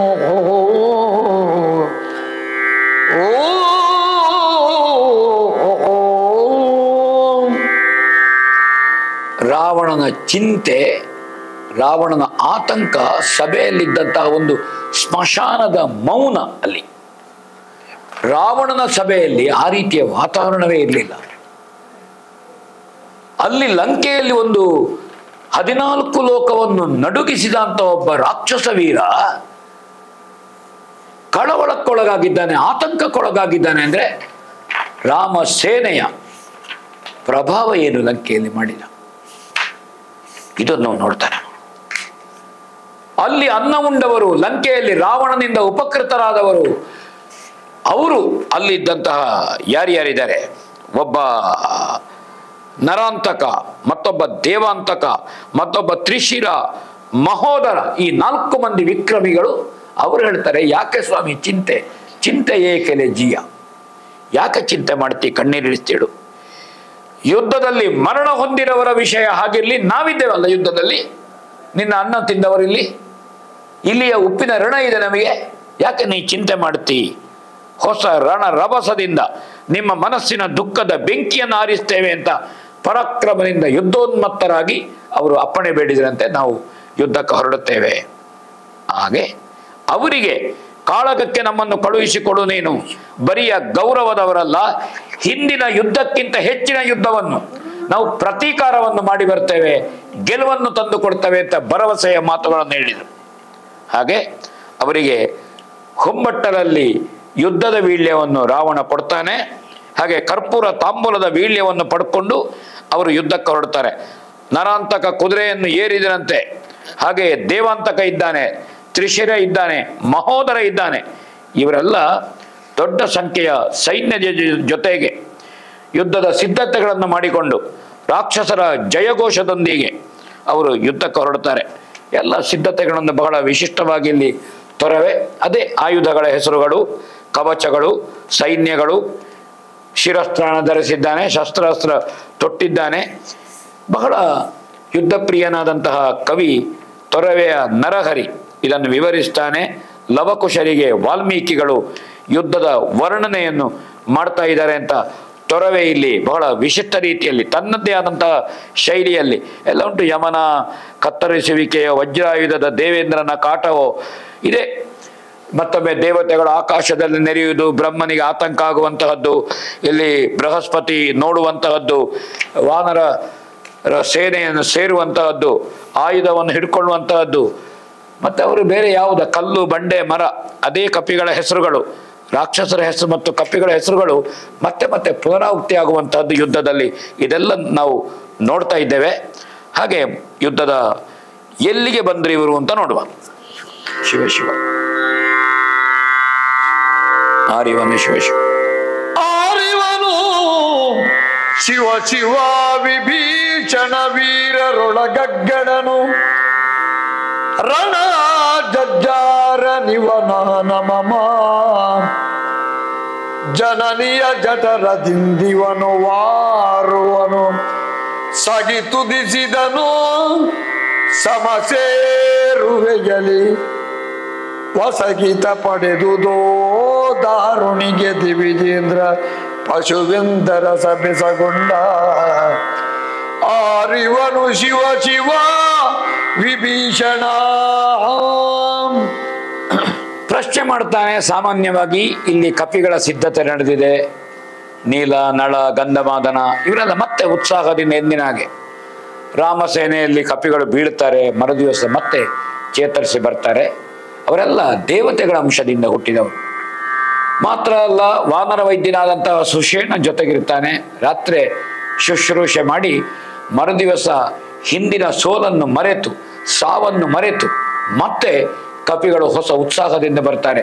ಮೈಯಲ್ಲಿ ಗಾಯ ಆದದ್ದು ಗೊತ್ತಿಲ್ಲ, ತಾವು ಸತ್ತು ಬಿದ್ದದ್ದು ಗೊತ್ತಿಲ್ಲ, ಯಾವ ನೆನಪು ಇಲ್ಲ. ಮರುದಿವಸ ಸೂರ್ಯೋದಯಕ್ಕೆ ಅದೇ ಹೊಸ ಉತ್ಸಾಹದಿಂದ ಕಪಿಗಳು ಸಿದ್ಧರಾಗುವಂತಹದ್ದು. ಯಾಕೆ? ಅವರು ದೈವಾಂಶ ಸಂಭೂತರು. ಆ ಕಾರಣಕ್ಕಾಗಿ ಈ ನರಾಂತಕ, ದೇವಾಂತಕಾದಿಗಳು, ಮಹೋದರ, ತ್ರಿಶಿರಾದಿಗಳು ಯಾರಿದ್ದಾರೆ, ರಥವನ್ನು, ಕುದುರೆಯನ್ನು ಏರಿ ಬರುವಂತಹ ಸಂದರ್ಭ ಮತ್ತು ಅವರ ರಾಕ್ಷಸರ ಉತ್ಸಾಹ ಯುದ್ಧದಲ್ಲಿ, ಮತ್ತೆ ಉಳಿದಂತಹ ರಾಕ್ಷಸ ಸೇನೆ ನಾಯಕನನ್ನು ಅನುಸರಿಸಿಕೊಂಡು ಬರ್ತಾರೆ. ಯಾರಿವನು? ಶಿವ ವಿಭೀಷಣ. ಮತ್ತೆ ನಿನ್ನೆ ಕುಂಭಕರ್ಣನ ವಧೆಯಿಂದ ಆದಂತಹ ನಷ್ಟ ನೋಡಿದರೆ ಮರುದಿವಸ ಯಾರು ಬರ್ಲಿಕ್ಕಿಲ್ಲ. ಆದರೆ ಇವತ್ತು ಮತ್ತೆ ಅದಕ್ಕಿಂತ ಹೆಚ್ಚಿನ ಉತ್ಸಾಹದಲ್ಲಿ ಬರ್ತಾ ಇದ್ದಾರಲ್ಲ, ಯಾರಿವರು ಅಂತ ಕೇಳ್ತಾನೆ. ರಣಧೀರನಾಗಿದ್ದಾನೆ. ಅಲ್ಲ, ತಾಯಿಯ ಹೊಟ್ಟೆಯಿಂದಲೇ ಕುದುರೆ ಸಮೇತ ಇವ ಬಂದದ್ದು ಹೇಗೆ? ಇವ ಅಂತಹ ಕುದುರೆ ಸವಾರಿಯಲ್ಲಿ ಇವನಿಗೆ ಅಂತಹ ಸಿದ್ಧಿ ಉಂಟು. ಅಥವಾ ದೇವೇಂದ್ರನ ಕುದುರೆ ಉಚ್ಚೈಶ್ರವಸ್ಸಿನಿಗೆ ಸಮಾನವಾದಂತಹ ಕುದುರೆಯಂತೆ ಕಾಣುತ್ತಾ ಇದೆ. ಇಂದ್ರ ಉಚ್ಚೈಶ್ರವಸ್ಸನ್ನು ಏರಿ ಹೋದರೆ ಇಂದ್ರನನ್ನು ತಡೆಯೋರಿಲ್ಲ. ಅಂತಹ ವಿಕ್ರಮ, ದೇವೇಂದ್ರನಿಗೆ ಸರಿಸಮಾನವಾದಂತಹ ವಿಕ್ರಮ ಕಾಣುತ್ತದೆ. ಅಥವಾ ಆಕಾಶದಿಂದ ಧರೆಗಿಳಿದಂತೆ ಬರ್ತಾ ಇದ್ದಾನೆ ಕುದುರೆಯನ್ನು ಏರಿ ಅಂತ ಕೇಳುತ್ತಾನೆ. ವಿಭೀಷಣ ಸಹಜವಾಗಿ ರಾಮ ಸೇನೆಯಲ್ಲಿ ರಾಮನಿಗೆ ಸಿಕ್ಕಿದ ದೊಡ್ಡ ಧರ್ಮದ ಬಲ ಏನು ಅಂದರೆ, ಧಾರ್ಮಿಕನಾದಂತಹ ವಿಭೀಷಣ, ಧರ್ಮದಲ್ಲೇ ಆಸಕ್ತಿ ಇರುವಂತಹ ವಿಭೀಷಣ, ಸತ್ಯವನ್ನು ಅನುಸರಿಸುವ ವಿಭೀಷಣ, ಶೀಲವಂತನಾದಂತಹ ವಿಭೀಷಣ ಸಕಾಲದಲ್ಲಿ ರಾಮನಿಗೆ ಸಲಹೆಯನ್ನು ಕೊಡುವಂತಹದ್ದು. ಯಾವ ರಾಕ್ಷಸನ ಸಾಮರ್ಥ್ಯ ಏನು, ಅವನ ಹುಟ್ಟಿದ ಹಿನ್ನೆಲೆ ಏನು, ಅವನಿಗಿರುವ ವರ ಏನು, ಅವನಲ್ಲಿರುವ ಆಯುಧದ ವಿಶೇಷತೆ ಏನು, ಆ ಆಯುಧದ ಸಾಮರ್ಥ್ಯ ಏನು, ಆಯುಧವನ್ನು ವಿಫಲಗೊಳಿಸುವುದು ಹೇಗೆ, ಅವರ ವಧೆಯನ್ನು ಮಾಡುವುದು ಹೇಗೆ, ಯಾವ ಶಕ್ತಿಯನ್ನು ವಿನಿಯೋಗಿಸಬೇಕು, ಎಲ್ಲ ಸಂಗತಿಗಳನ್ನು ರಾಮನಿಗೆ ಸಕಾಲದಲ್ಲಿ ಮಾರ್ಗದರ್ಶನ ಮಾಡುವ ವಿಭೀಷಣ. ಅವ ಹೇಳ್ತಾನೆ, ದೇವರೇ ಆಲಿಸಬೇಕು. ಮಹಾಕುದುರೆಯು ದೇವೇಂದ್ರನ ಉಚ್ಚೈಶ್ರವಸ್ಸಿಗೆ ಉದಿಸಿ ಮೊದಲನೆಯ ಕಲ್ಪದಲ್ಲಿ ರಾವಣನಿಗೆ ಸೇರಿತು. ಈ ಕುದುರೆ ಹಿಂದೆ, ಕಲ್ಪದ ಹಿಂದೆ ಇದು ರಾವಣನಲ್ಲಿ ಇದೆ ಇದು ಅಂತ ಹೇಳ್ತಾನೆ. ಮಾತ್ರ ಅಲ್ಲ, ನರಾಂತಕರೆಂಬ ಹೆಸರು ಇವನಿಗೆ. ಇವ ದೇವಮಾನವ ನಾಗಲೋಕದಲ್ಲಿ ಇವನಿಗೆ ಸರಿಸಮಾನವರಿಲ್ಲ. ದಶಾನನಿಗೆ 20 ಕಣ್ಣುಳ್ಳವನಿಗೆ ಅತ್ಯಂತ ಹತ್ತಿರದ ಭಟ ಇದ್ದಾನೆ ಇವ, ಈ ನರಾಂತಕ ದೇವಾಂತಕರು. ಹೀಗೆ ಅವ ಹೇಳ್ತಾನೆ. ಹಾಗೆ ನರಾಂತಕನು ರಘುನಂದನ ಎದುರಿಗೆ ಕುದುರೆಯನ್ನು ಏರಿ ಬಂದರಂತೆ. ಸುಗ್ರೀವನ ಸೈನ್ಯ ಅಧಿಕವಾಗಿತ್ತು. ಅವರೆಲ್ಲ ಆವರಿಸಿ ನಿಂತರು, ರಾಮ ರಕ್ಷಕರಾಗಿ ನಿಂತರು ಅಂತ ಇಲ್ಲಿ ಕವಿ ಹೇಳ್ತಾನೆ. ನೋಡೋಣ. ಭಾಪು ವೀರರ ದೇವತಾಪನಾಚಾರ್ಯನ ಮಗನಲ್ಲ, ಪುರಂದರ ಪೌತ್ರನಲ್ಲ, ಪುರಂದರ ಪೌತ್ರನಲ್ಲ, ಲೇಸು ಲೇಸೆನುತ ಆ ಪುರಾತಕ ಪೊಗಳಿದನು. ಗಿರಿಜಾ ಪುರಂದ್ರಿಗೆ ತೋರಿ ಕಳನಿವ ಕೋಪದಲ್ಲಿ ಕಿಡಿಗೆದರೆ ಜಡಿದೆತ್ತಿದನು ಖಂಡೇಯವ. ಪಾಪು ವೀರರ ದೇವ ದೇವ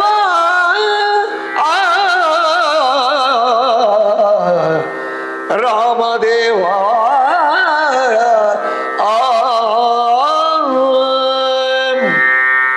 ವಿಶಿಷ್ಟವಾದಂತಹ ಕುದುರೆಯನ್ನು ಏರಿ ರಾಮನ ಮುಂದೆ ವಿಜೃಂಭಿಸಲಿಕ್ಕೆ ನರಾಂತಕ ಬರ್ತಾನೆ. ಎಲ್ಲರ ಲಕ್ಷ್ಯ ರಾಮನ ಕಡೆಗೆ. ರಾಮ ಸೋತ್ರೆ ಇಡೀ ಸೈನ್ಯ ಸೋತ ಹಾಗೆ. ಇಡೀ ಸೈನ್ಯ ಸೋತು ಒಬ್ಬ ರಾಮ ಉಳಿದ್ರೆ ರಾಮ ಸೈನ್ಯ ಸೋತ ಹಾಗಲ್ಲ. ರಾಮ ಸೋತು ಇಡೀ ಸೈನ್ಯ ಉಳಿದ್ರೆ ರಾಮ ಸೇನೆ ಸೋಲ್ತದೆ. ರಾಮನ ಪರಾಕ್ರಮ, ರಾಮನ ಶಕ್ತಿ, ಅವನ ಯೋಧತನ ಅಷ್ಟು ವಿಶಿಷ್ಟವಾದದ್ದು. ಹಾಗಾದ್ರೆ ರಾಮನ ಮೇಲೆ ಹಾರಿ ಬೀಳುವ, ಅವಾಗ ಯುದ್ಧ ನಿಲ್ತದೆ. ಇದನ್ನು ಆತಂಕದಲ್ಲಿ ಸುಗ್ರೀವಾದಿಗಳಿದ್ರೆ ಇವರ ಮಧ್ಯೆ ಇದ್ದಂತಹ ವಾಲಿಕುಮಾರನಾದ ಅಂಗದ ಎಲ್ಲಿಂದ ನೆಗೆದ ಅಂತ ಗೊತ್ತಿಲ್ಲಂತೆ. ಕವಿ ಹೇಳ್ತಾರೆ, ಅವರ ಮಧ್ಯೆ ಆರ್ಭಟಿಸುತ್ತಾ ಸಿಡಿಲಿನಂತೆ ನರಾಂತಕನ ಮೇಲೆ ನೆಗೆದು ಬಿದ್ದಿನಂತೆ ಅಂಗದ. ರಾಮದೇವರ ಮೇಲೆ ಹಾರಿ ಬೀಳುವುದ ಇವ ಮೂರ್ಖ, ಆ ಯೋಗ್ಯತೆ ಉಂಟ ಇವನಿಗೆ? ನಾವಿಲ್ಲೋ ಇಲ್ಲಿ ಅಂತ ಹೇಳಿದಂತೆ. ರಾಕ್ಷಸರ ಶಿರಸ್ತ್ರಾಣದ ಮೇಲೆ ಮುಷ್ಟಿಯಿಂದ ಬಿಗಿದನಂತೆ. ಅವನ ಶಿರಸ್ತ್ರಾಣದ ಮೇಲೆ ಅವನ ಏನು ಕಟ್ಟಿಕೊಂಡಿದ್ದ ಆಭರಣಗಳು ಇದೆಲ್ಲ ಚೆಲ್ಲಾಪಿಲ್ಲಿ ಆಯಿತು. ಕುದುರೆಯ ಕಟಬಾಯಿಯನ್ನು ಹೋಗಿ ಆ ಕುದುರೆಯ ಮುಖದಲ್ಲಿ ಅಮುಕ್ಕಿಡ್ಕೊಂಡಂತೆ ಅಂಗದ ಮುಷ್ಟಿಯಿಂದ. ಆ ಸಂದರ್ಭದಲ್ಲಿ ದೇವತೆಗಳು ಬೆರಗಾದರು. ಓ, ಏನು ಶಹಬಾಸ್, ವೀರರ ದೇವ ಅಂಗದ ಸಾಮಾನ್ಯ ಅಲ್ಲ, ವಿಕ್ರಮಿಗಳಿಗೆ ಅವ ದೇವನಿದ್ದಾನೆ. ಪಾಲ್ಗಡನನ್ನು ಕಡಿಯುವಾಗ ದೇವತೆಗಳನ್ನು ಪ್ರತಿಷ್ಠಾಪಿಸಿದವನ ಮಗನಲ್ಲಿವೆ ಅವ. 33 ಕೋಟಿ ದೇವತೆಗಳು, 66 ಕೋಟಿ ರಾಕ್ಷಸರು ಕ್ಷೀರಸಾಗರ ಮಥನ ಮಾಡಿದ್ರು. ಮೇರುವೆನನ್ನು ಕಡೆಗೋಲನ್ನಾಗಿಸಿ ವಾಸುಕಿಯನ್ನಗ್ಗವನ್ನಾಗಿಸಿ ಆಗ್ಲಿಲ್ಲ, ಮಥನ ಆಗ್ಲಿಲ್ಲ, ತಿರುಗಲಿಲ್ಲ ಮೇರು ಪರ್ವತ. ಸಂಧ್ಯಾ ವಂದನೆಗಾಗಿ ಬೆಳಗ್ಗೆ ಬಂದಂತಹ ವಾಲಿಗೆ ಕಂಡಿದ್ದು ಎಂಥ ದೇವರು. ಒಂದು ಕಡೆಯಲ್ಲಿ ದೇವತೆಗಳು ರಾಕ್ಷಸರು ಏದುಸಿರು ಬಿಡ್ತಾ ಇದ್ದಾರೆ. ಏಕಾಂಗ ವೀರನಾಗಿ ತನ್ನ 2 ಕೈಯಿಂದ ಹಗ್ಗವನ್ನಾಗಿ ಇಡೀ ಮಂದರಾದ್ರಿಯಿಂದ ಅವ ಪಾಲ್ಗಡನನ್ನು ಕಡೆದಂತಹ ವಾಲಿಕುಮಾರನ ಅಲ್ವೇ, ಅಂಗದ ಅಲ್ವ, ಅವ ಸಾಮಾನ್ಯ ನೋಡಿ. ಅಂತಹ ವಿಕ್ರಮಿಯ ಮಗ, ದೇವೇಂದ್ರನ ಮೊಮ್ಮಗ.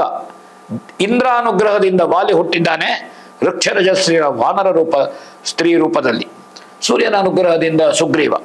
ಅಂತಹ ದೇವೇಂದ್ರನ ಮೊಮ್ಮಗ ಒಳ್ಳೆಯದೆನ್ನುತ್ತಾ ಈಶ್ವರನು ಗಿರಿಜೆಗೆ ಅಂಗದನ ಪರಾಕ್ರಮವನ್ನು ತೋರಿಸಿದ. ನೋಡು ಗಿರಿಜೆ, ಅಂಗದನ ಸಾಹಸವನ್ನು ನೋಡು ಅಂತ ಹೇಳಿದನಂತೆ. ಕ್ರೋಧದಿಂದ ನರಾಂತಕ ಖಡ್ಗವನ್ನು ಬೀಸಿ ಹೊಡೆಯಲು ಪ್ರಯತ್ನಿಸಿದಂತೆ ಅವನ ಕಡಿವಾಣವನ್ನು ಕುದುರೆಯ ಹಿಮ್ಮಡಿಯಿಂದ ಅಮುಕಿ ಹಿಡಿದು ಅಂಗದನಿಗೆ ಹೊಡೆದನಂತೆ. ಅಂಗದನ ಹಾರಿ ಬೊಬ್ಬೆ ಹಾಕುತ್ತಾ ನರಾಂತಕನ ಕುದುರೆಯ ಮೇಲೆ ಪ್ರಬಲ ಮುಷ್ಟಿಯಿಂದ ಬಿಗಿದನಂತೆ ಅಂಗದನು. ಹಾಗೆ ಇಬ್ಬರಿಗೂ ಭಾರಿ ಕದನ ನಡೆಯಿತು ಅಂತ ಕವಿ ವರ್ಣಿಸ್ತಾನೆ. ಇಲ್ಲಿ ನೋಡೋಣ. ಎಲೆಲೆ ರಾಯನ ಪಡಿಮುಖದೊಳು,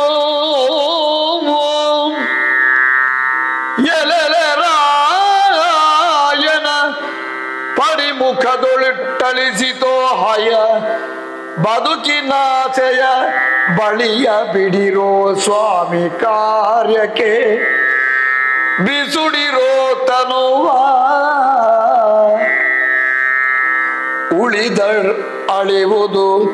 ಉಳಿದರಳೆವುದು ಕೀರ್ತಿ ರಣದೊಳಗಳಿದರಳಿವುದು ಜನ್ಮ ಜನ್ಮಾವಳಿಯ ಕಲ್ಮಶವೆಂದು ಕಪಿರಾಜೇಂದ್ರ ಗರ್ಜಿಸಿದ. ಎಲೆಲೆ ರಾಯನ ಪಡಿಮುಖದೊಳು ಕೇಳಿ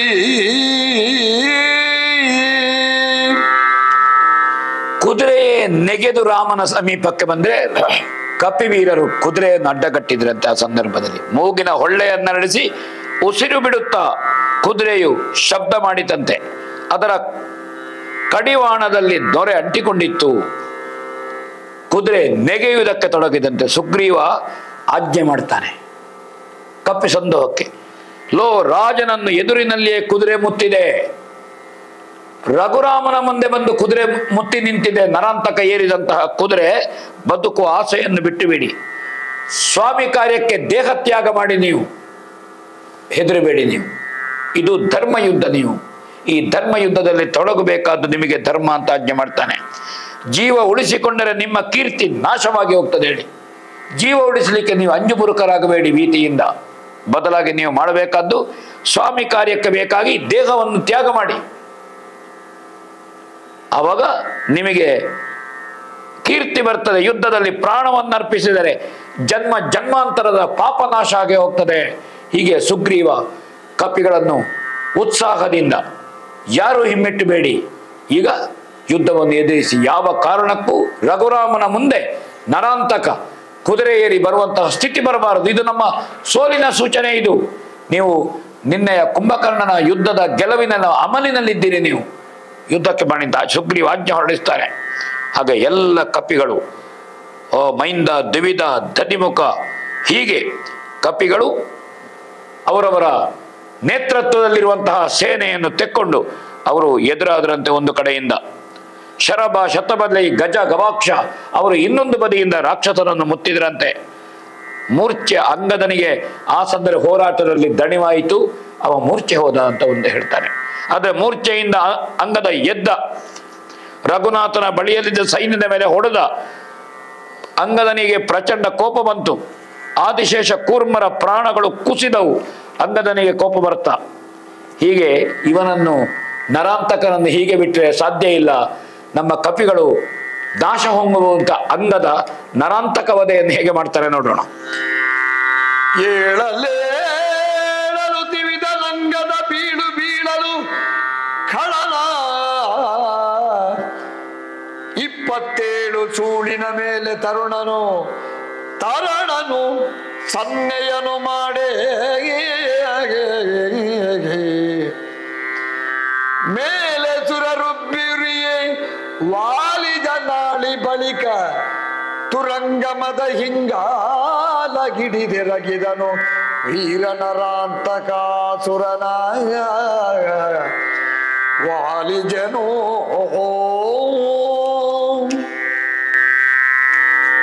ತನ್ನ ವಿಶಿಷ್ಟವಾದಂತಹ ಪುಟನೆಗೆಯುವ ಶೈಲಿಯಲ್ಲಿ ಅಂಗದ ಆಕಾಶ ಮಾರ್ಗದಿಂದ ಬಂದು ನರಾಂತಕನಿಗೆ ಗುದ್ದಿದಿನಂತೆ ಹಾರಿ ಬಂದು ಅಂಗದನ ಸಿಡಿಲ ಆಘಾತಕ್ಕೆ ನರಾಂತಕ ಪಕ್ಕಕ್ಕೆ ಬಿದ್ದೋದ ಕುದುರೆಯ ಬೆನ್ನಿನಿಂದ. ಎಲ್ಲಿಯವರೆಗೆ ಆ ದಿವ್ಯವಾದ ವಿಶಿಷ್ಟ ಕುದುರೆ, ಇದು ರಾವಣನಿಗೆ ಬಂದದ್ದು ಹೋದ ಕಲ್ಪದಲ್ಲಿ ಕವಿ ಒಂದು ಕಡೆಯಲ್ಲಿ ಹೇಳ್ತಾನೆ, ಆ ಕುದುರೆಯನ್ನು ಏರಿಕೊಂಡು ಇರುವಲ್ಲಿಯವರೆಗೆ ನರಾಂತಕನನ್ನು ಸೋಲಿಸಲಿಕ್ಕಾಗುವುದಿಲ್ಲ. ಆ ಕುದುರೆ ಅವನನ್ನು ರಕ್ಷಿಸ್ತದೆ, ಇದರ ವಿಶಿಷ್ಟತೆ. ಹಾಗೆ ರಾಕ್ಷಸ ಏಳುವ ಮೊದಲು ಅಂಗದ ಬೊಬ್ಬಿರಿದು ಕುದುರೆಯ ಮೇಲೆ ತನ್ನ ಏಟನ್ನು ಹೊಡಿತಾನೆ. 27 ಬಾರಿ ಹೊಡೆದ ಅಂತ ಕವಿ ಇಲ್ಲಿ ಹೇಳ್ತಾರೆ. ಆ ಕುದುರೆ ಏಳದ ಹಾಗೆ ಪುನಃ ಪುನಃ ವಿಭೀಷಣ ಸಂಜ್ಞೆ ಮಾಡಿದರಂತೆ, ನೀನು ಆ ಕುದುರೆಯನ್ನು ಮೊದಲು ಕೊಲ್ಲಬೇಕು ಅಂತ ಹೇಳಿದ್ರಂತೆ. ಹಾಗೆ ಕುದುರೆಯ ಹಿಂಗಾಲನ್ನು ಹಿಡಿದು ನೆಲಕ್ಕೆ ಅಪ್ಪಳಿಸ್ತಾನೆ ಅಂಗದ. ಈ ಕುದುರೆ ಉಳಿದ್ರಲ್ಲೂ ಇವ ನಡೆಯುವಂತಹದ್ದು. ದೇವತೆಗಳು ಸಂತೋಷದಿಂದ ಕುಣಿದಾಡಿದ್ರಂತೆ. ಈ ಕಪಿವೀರನಿಗೆ, ವಾಲಿಕುಮಾರನಿಗೆ ಯುದ್ಧದ ಏನು ಇಲ್ಲಿ ಆಗಬೇಕಾದ್ದು ಅದರ ಸೂಕ್ಷ್ಮ ಸಂದೇಶಗಳನ್ನು ವಿಭೀಷಣನ ಮೂಲಕವಾಗಿ ಸಿಕ್ಕಿತು. ಇನ್ನು ರಾಮಸೇನೆಗೆ ಜಯ ಸಿಗ್ತದೆ ಅಂತಾಯಿತು. ಹಾಗೆ ನರಾಂತಕನು ಕುದುರೆಯ ಸಮೇತ ನೆಲಕ್ಕುರುಳಿದನಂತೆ. ಒಂದು ಕಡೆಯಿಂದ ಕುದುರೆಯನ್ನು ಅಪ್ಪಳಿಸ್ತಾನೆ, ಒಂದು ಕಡೆಯಿಂದ ನರಾಂತಕನನ್ನು ಅಪ್ಪಳಿಸ್ತಾನೆ. ಯಮನ ಪಟ್ಟಣಕ್ಕೆ ಆ ಕುದುರೆ ಸಮೇತ ನರಾಂತಕ ಹೊರಟು ಹೋದ ಅಂತ ಕವಿ ಇಲ್ಲಿ ಹೇಳ್ತಾನೆ. ಇಂದ್ರನು ಅತ್ಯಂತ ಆನಂದದಿಂದ ನಗಾರಿ ಹೊರಟದಂತೆ ದೇವಲೋಕದಲ್ಲಿ. ಒಬ್ಬ ಮನುಷ್ಯರನ್ನು ಹೆದರಿಸುವಂತಹ ಒಬ್ಬ ನರಾಂತಕ ನಾಮಕನಾದಂತಹ ರಾಕ್ಷಸ ಸತ್ತು ಹೋದ. ವೀರಾಗ್ರಣಿ ಅಂಗದ ಅವನಿಗೆ ಪುಷ್ಪವೃಷ್ಟಿ ಮಾಡಿದ್ರು. ಇಂದ್ರನ ಮೊಮ್ಮಗನ ಹಣೆಯ ಮೇಲೆ ಪನ್ನೀರನ್ನು ಆಕಾಶದಿಂದಲೇ ದೇವತಾ ಸ್ತ್ರೀಯರು ಸುರಿದ್ರಂತೆ. ಕಣಗಿಲೆಯ ಹೂವನ್ನು ಎಸೆದ್ರಂತೆ. ಕಣಗಿಲೆಯ ಹೂವಿನಲ್ಲಿ ಔಷಧದ ಗುಣ ಉಂಟು. ನಮಗೆ ಹಿಂದೆ ನಾವು ಈ ವಾಲಿವಧೆಯ ಪ್ರಕರಣದಲ್ಲಿ ಸುಗ್ರೀವನಿಗೂ ವಾಲಿಗೂ ರಾಮನ ಸೂಚನೆಯಂತೆ ಒಂದು ಯುದ್ಧ ನಡೆಯುವಾಗ ಅವ ಬಳಲ್ತಾನೆ. ಆವಾಗ ಕೆಂಪು ಕಣಗಲಿಗೆಯ ಹೂವಿನ ಮಾಲೆಯನ್ನು ಲಕ್ಷ್ಮಣ ಸುಗ್ರೀವನಿಗೆ ಹಾಕ್ತಾನೆ. ಕಣಗಿಲೆ ಅಂದರೆ ಅದನ್ನು ಬಣ್ಣದ ನೀರಿನಲ್ಲಿ ಅದ್ದಿ ನೀವು ಗೋಡೆಗೆ ಒತ್ತಿ ಆನೆಯ ಪಾದದ ಗುರುತು ಬರ್ತದೆ. ಅದಕ್ಕೆ ಕಣಗಿಲೆಯ ಹೂವು ಅಂತ ಹೆಸರು. ಅದರಲ್ಲಿ ಹಳದಿ ಬಣ್ಣ, ಕೆಂಪು ಬಣ್ಣ, ಬೇರೆ ಬೇರೆ ಬಣ್ಣದ ಹೂವುಗಳು ಇದೆ ಕಣಗಲಿಯಲ್ಲಿ. ಅದನ್ನು ಗುದ್ದಿದ್ರೆ ಅದರ ಬೇರು, ಅದರ ಎಲೆ, ಅದರ ಕಾಂಡ, ಅದರ ರಸವನ್ನು ನಾವು ಹಚ್ಚಿದರೆ ಮೈಯ ನೋವು ವಾಸಿಯಾಗುವಂತಹ ಒಂದು ಔಷಧ ಗುಣವುಳ್ಳಂತಹ ಗಿಡ ಅದು ಕಣಗಿಲೆ. ಹಾಗೆ ಕಣಗಿಲೆಯ ಹೂವನ್ನು ಆಕಾಶದಿಂದ ಪನ್ನೀರಿನಲ್ಲಿ ಅದ್ದಿ ಎಸೆದ್ರಂತೆ ಅಂಗದನ ದೇಹಾಯಾಸ ಕಡಿಮೆ ಆಗಬೇಕು ಎನ್ನುವುದಕ್ಕೆ ಬೇಕಾಗಿ. ಹಾಗೆ ನರಾಂತಕನ ವಧೆ ಆ ಸಂದರ್ಭದಲ್ಲಿ ನಡೆಯಿತು. ಮುಂದೆ ಆಗುವಂತಹ ತ್ರಿಶಿರ ದೇವಾಂತಕರ ಯುದ್ಧವನ್ನು ಗಮನಿಸೋಣ. ಕುಶಕುಮಾರಕ ಕೀಳು ಬಳಿಕ ತ್ರಿಶಿರ ದೇವಾಂತಕರು ಸೈರಿಸುವರೆ ಸಂಗರದುಳ್ಳಳಿದ ನರಾಂತಕನ ಕಂಡು ಮಸಗಿದಗ್ಗದ ಕೋಪ ಶಿಖಿ ತಳ್ಳಿಸಿ ದಿವಾಕರ ಸುತನ ರಣದಲ್ಲಿ ದೆಸೆಯ ದೇವ ಕದಂಬ ಕಂಪಿಸಿ ನೋಕಿದರು ರಥವಾಗ. ಕುಶಕುಮಾರಕ ಕೀಳು ಬಳಿಕ ತ್ರಿಚಿರ ದೇವಾಂತಕರು ಆ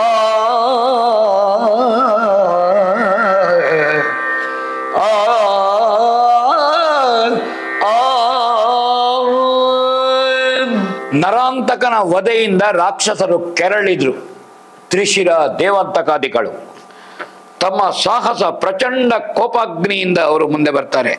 ಅತಿರಥ ಮಹಾರಥರವರು ಯುದ್ಧದಲ್ಲಿ ಇಬ್ಬರು ರಾಕ್ಷಸರು ಜೊತೆಯಾಗಿ ಹೋರಾಟ ಮಾಡ್ತಾರೆ ರಾಮಸೇನೆಯ ಮೇಲೆ. ಸುಗ್ರೀವನನ್ನು ನಾವು ಕೊಲ್ಲಬೇಕು, ಆವಾಗ ವಾನರರ ಶಕ್ತಿ ಕುಂಠಿತವಾಗ್ತದೆ ಅಂತ ಅವರು ನಿಶ್ಚಯ ಮಾಡಿದ್ರಂತೆ. ಆ ಸಂದರ್ಭದಲ್ಲಿ ಯಾರಿವರಲ್ಲಿ ಯುದ್ಧಕ್ಕೆ, ಹೀಗೆ ವಾನರ ಸೇನೆಯಲ್ಲಿ ಒಂದು ಕಡೆಯಲ್ಲಿ ಸುಗ್ರೀವ, ಇನ್ನೊಂದು ಕಡೆಯಲ್ಲಿ ನೀಲ, ಮತ್ತೊಂದು ಕಡೆಯಲ್ಲಿ ಜಾಂಬವ ಅವರು ನಿಂತರಂತೆ ರಾಮಸೇನೆಯ ರಕ್ಷಣೆಗೆ. ಧನ್ವಂತರಿಯ ಮಗ ಸುಷೇಣ ಅಲ್ಲಿ ಇದ್ದನಂತೆ. ಆದರೆ ಇವರು ಯಾರೂ ಅಲ್ಲ. ಇಷ್ಟು ಮಂದಿಯ ಮಧ್ಯೆ ಹನುಮಂತ ತಾನೇ ಸ್ವಯಂ ಈ ರಾಕ್ಷಸರನ್ನು ನಿಯಂತ್ರಿಸುವುದಕ್ಕೆ ಯಾರಿಗೂ ಆತಂಕ ಬೇಕಾಗಿಲ್ಲ. ಹನುಮಂತನೇ ಸಾಹಸದಿಂದ ಆಕಾಶದಿಂದ ನೆಗೆದು ನುಗ್ಗಿ ಬಂದು ಇವರ ಮಧ್ಯೆ ನಿಂತನಂತೆ ಧೈರ್ಯದಿಂದ. ಇವರಿಗೆ ಸರಿಯಾದಂತಹ ಶಿಕ್ಷೆಯನ್ನು ನಾನು ಕೊಡ್ತೇನೆ ಅಂತ ಅತ್ಯಂತ ರೌದ್ರ ಆವೇಶದಿಂದ ನಿಮಿಷಾರ್ಧದಲ್ಲಿ ಈ ದೇವಾಂತಕ ಮತ್ತು ತ್ರಿಶಿರರನ್ನು ಅನುಸರಿಸಿಕೊಂಡಿದ್ದಂತಹ ಈ ರಾಕ್ಷಸರು ಯಾರಿದ್ದಾರೆ ಆ ವೀರರ ಮೇಲೆ ಹನುಮಂತನ ದಾಳಿ ನಡೆಯಿತು. ಏಕಾಂಗ ವೀರನಾಗಿ ನಿರ್ದಾಕ್ಷಿಣ್ಯವಾಗಿ ಹೊಡಿತಾ ಹೋದರಂತೆ.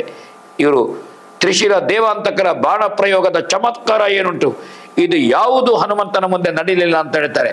ಇಬ್ಬರು ರಾಕ್ಷಸ ವೀರ ಕಾಳಗ ಜೋರಾಗಿ ನಡೆಯಿತು. ಹನುಮಂತನ ಪ್ರಬಲ ಕದನ ಶಕ್ತಿ ಮೀರಿ ಯುದ್ಧ ಮಾಡ್ತಾ ಇದ್ದನಂತೆ. ನಳ ನೀಲಾದಿಗಳಿದ್ರು, ಅಂಗದರು ಅವನಿಗೆ ಸಹಕಾರವನ್ನು ಕೊಟ್ಟರು. 2 ಅರ್ಬುದ ವಾನರರನ್ನು ಕೊಂದರಂತೆ ಅವರು. ಆದರೆ ನಿರ್ದಾಕ್ಷಿಣ್ಯವಾಗಿ ಹನುಮಂತ ಅದಕ್ಕೆ ಪ್ರತ್ಯುತ್ತರವನ್ನು ಕೊಟ್ಟ ಅಂತ ಕವಿ ಹೇಳ್ತಾನೆ. ಇಲ್ಲಿ ನೋಡೋಣ ಏನಾಯ್ತು ಅಂತ. ತುಳಿದ ನೆಡಬಲ ಚಾರಿಯಲ್ಲಿ ಸಂಕುಲದ ರತಿಕರ ತೂರಿದನು, ನವ ಕಳವಿಗೊಂಡಸುವತಿರತರ ಬಾತಿದನು ಬಳಿರಥರ. ಅಳಿವ ಜಡ ಕುಬ್ಬಿದ್ದ ರುದ್ರನ ಕೊಲೆಗೆಲಸ ಕೆಣೆಯನಲು ರಥಿಕರ ತಳಪಟವ ಮಾಡಿದನು. ನಿಮಿಷಾರ್ಧದಲ್ಲಿ ಕಲಿ ಹನುಮ ಕಲಿಗನುಮ. ಒಂದೇ ಸಮನೆ ಕಪಿ ಸಂದೋಹದ ಮೇಲೆ ದಾಳಿ ಮಾಡುವಂತಹ ತ್ರಿಶಿರ ದೇವಾಂತಕರನ್ನು ಕಂಡು ಹನುಮಂತ ಎಡಬಲಗಳಲ್ಲಿ ಸಂಚರಿಸುವ ರಥಿಕರ ಸಮೂಹವನ್ನು ತುಳಿದು ಹಾಕಿದನಂತೆ. ಅವ ನಿರ್ದಾಕ್ಷಿಣ್ಯ ಪರಾಕ್ರಮದಿಂದ ಬಾಣ ಬಿಡುವ ಅತಿರಥರನ್ನು ಆಕಾಶಕ್ಕೆ ಎತ್ತಿ ತೂರಿ ಬಿಡ್ತಾನೆ. ಬಳಿಯಲ್ಲಿದ್ದ ರಥಿಕರನ್ನು ಬಾಚಿ ನೆಲಕ್ಕೆ ಅಮುಕಿ ಹಿಡ್ಕೊಳ್ತಾನೆ. ಕವಿ ಹೇಳ್ತಾರೆ, ಜಗತ್ತಿನ ಪ್ರಳಯಕ್ಕೆ ಕೆರಳಿದ ರುದ್ರನ ಕೊಲೆ ಕೆಲಸವೋ ಎಂಬ ರೀತಿಯಲ್ಲಿ ರುದ್ರಾವತಾರದಿಂದ ಹನುಮಂತ ಯುದ್ಧ ಮಾಡಿದ. ರುದ್ರಾಂಶ ಸಂಭೂತನಿದ್ದಾನೆ ಆಂಜನೇಯ. ಅದನ್ನು ನಿಮಿಷಾರ್ಧದಲ್ಲಿ ರಥಿಕರನ್ನು ನಾಶ ಮಾಡಿ ಹೋದ. ಕಪಿಗಳಿಗೆ ಉತ್ಸಾಹ ಬಂತು, ಧೈರ್ಯ ಬಂತು. ಏನು ನಮ್ಮ ಹನುಮಂತ ನಮಗೆಲ್ಲ ಸಹಕಾರ ಮಾಡ್ತಾ ಇದ್ದಾನೆ, ನಮಗಿನ್ನು ಭೀತಿ ಅಲ್ಲ, ನಾವು ಬೆನ್ನಿ ತೋರಿಸುವುದಲ್ಲ. ಎಲ್ಲ ಹನುಮಂತನಲ್ಲಿ ಯುದ್ಧಗೈಯಲು ನಿರ್ಧಾರ ಮಾಡಿದರಂತೆ. ಕೂಡಿಟ್ಟ ಪರಾಕ್ರಮ ಶತ್ರುಗಳಿಗೆ ಹೆದರದ ವಾನರ ವೀರರು ಮತ್ತೆ ರಾಕ್ಷಸ ಸಂದೋಹದ ಮೇಲೆ ಮುಗಿಬೀಳುತ್ತಾರೆ. ಹೀಗೆ ಯುದ್ಧ ಮಾಡುತ್ತಾ ಇದ್ದಾರೆ. ಆ ಸಂದರ್ಭದಲ್ಲಿ ಒಬ್ಬೊಬ್ಬರು ಎದುರಿಸಿ ಯುದ್ಧ ಮಾಡುವ ಬಾಣ ಪ್ರಯೋಗದ ಕಾಳಗ ಏನುಂಟು, ರಾಕ್ಷಸರ ವಿಷಮದ ಜಿಗಿತ ಏನುಂಟು. ರಾಕ್ಷಸರು 2 ಅರ್ಬುದ ವಾನರನ್ನು ಕೊಂದರು. ರಾಘವ ಕರುಣೆಯಿಂದ ಸುಗ್ರೀವನ ಬಲು ವೀರರು ಅಷ್ಟೊಂದು ಜನ ಯುದ್ಧದಲ್ಲಿ ಸತ್ರು ಅಂತ ಹೇಳ್ತಾನೆ. ಈಗಲೂ ಮತ್ತೆಯೋ ಅಂತ. ಹೀಗೆ ಹನುಮಂತ ಆ ಸಂದರ್ಭದಲ್ಲಿ ಏನು ಹೇಳಿದ ಅಂತ ಕೇಳೋಣ. ಕೇಳಿದ ಕ್ಷಣ ಮುಸುಕಿಕೊಂಡಿಗ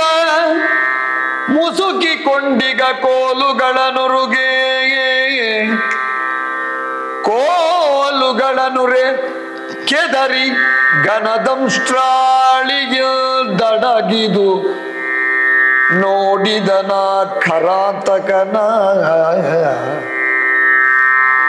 ಮೇಲೆ ಕವಿದಿಸುವಿಬ್ಬರ ಸುರರ ಕೋಲಾಹಳವ ಕಾಣುತ್ತ ವೇಳೆ ಸೇವೆಗೆ ಸಾಕಿದೊಡೆಯಂಗೆನುತ ಪುಟ ನೆಗೆದ.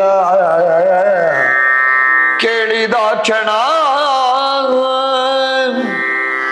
ರಾಮನನ್ನು ಮುತ್ತುವುದಕ್ಕೆ ಪ್ರಯತ್ನ ಪಟ್ಟರು. ಆ ಸಂದರ್ಭದಲ್ಲಿ ಎಲ್ಲ ರಾಕ್ಷಸ ನಾಯಕರಿಗೆ ಲಕ್ಷ್ಯ ರಾಮ. ರಾಮ ಲಕ್ಷ್ಮಣರಿಗೆ ಆಘಾತವನ್ನು ಮಾಡಿದರೆ ನಮಗೆ ಜಯ ಬರ್ತದೆ. ಹಾಗೆ ರಾಮನನ್ನು ಮುತ್ತುವ ಸಿದ್ಧತೆಯಲ್ಲಿರುವುದನ್ನು ಹನುಮಂತ ಕಂಡನಂತೆ. ಹನುಮಂತನ ಮೈಗೆ ಮುತ್ತಿಕೊಂಡಿದ್ದ ಬಾಣಗಳನ್ನು ಕೆಡವಿದನಂತೆ, ಒಂದನ್ನು ತೆಗೆದು ಚೆಲ್ಲಿದನಂತೆ. ಹಾಗೆ ಸಾಕಿದ ಒಡೆಯನ ಸೇವೆಗೆ ಇದು ಸಮಯ ಅಂತ ಅಲ್ಲಿಂದ ನೆಗೆದರಂತೆ. ರಾಮದೇವರನ್ನು ಸೇವೆ ಮಾಡುವುದಕ್ಕೆ ಇದಕ್ಕಿಂತ ದೊಡ್ಡ ಅವಕಾಶ ಬೇರೆ ಇಲ್ಲ ಅಥವಾ ಹಾರಿದನಂತೆ. ಹಾಗೆ ರಾಕ್ಷಸರ ಯುದ್ಧದ ತೀಟೆಯನ್ನು ತೀರಿಸುತ್ತೇನೆ. ಯೋಚನೆ ಮಾಡಿದ್ರೆ ಏನೇನು ಅಷ್ಟು ಆಕಾಶ ಮಾರ್ಗದಲ್ಲಿ ವೀರಭದ್ರಾದಿಗಳು ಶಿವನ ಗಣಗಳು ನೆರೆದಿದ್ರೆ ಅಂತ ಆ ಸಂದರ್ಭದಲ್ಲಿ ಇಲ್ಲಿ ತೊರವೆ ಇಂತಹ ಅನೇಕ ಉಪಮೆಗಳನ್ನು, ಯುದ್ಧದ ವೈಖರಿಯನ್ನು ತೊರವೆ ವಿಶಿಷ್ಟ ರೀತಿಯಲ್ಲಿ ಹೊಗಳಿದ್ದಾನೆ.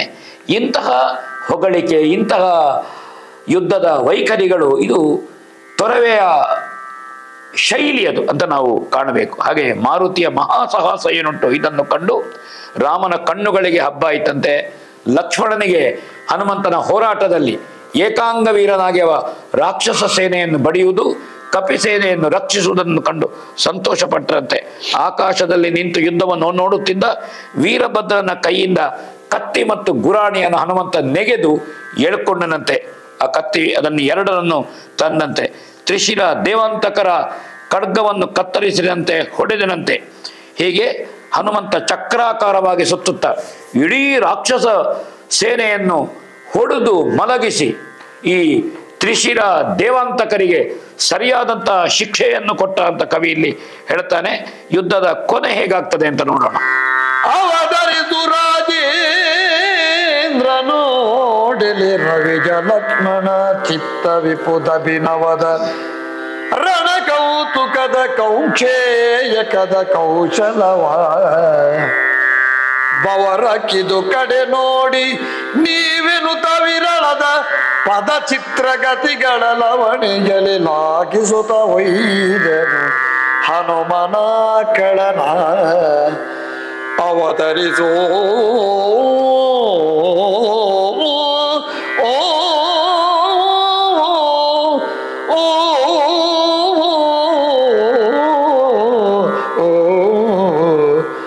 ನೋಡು.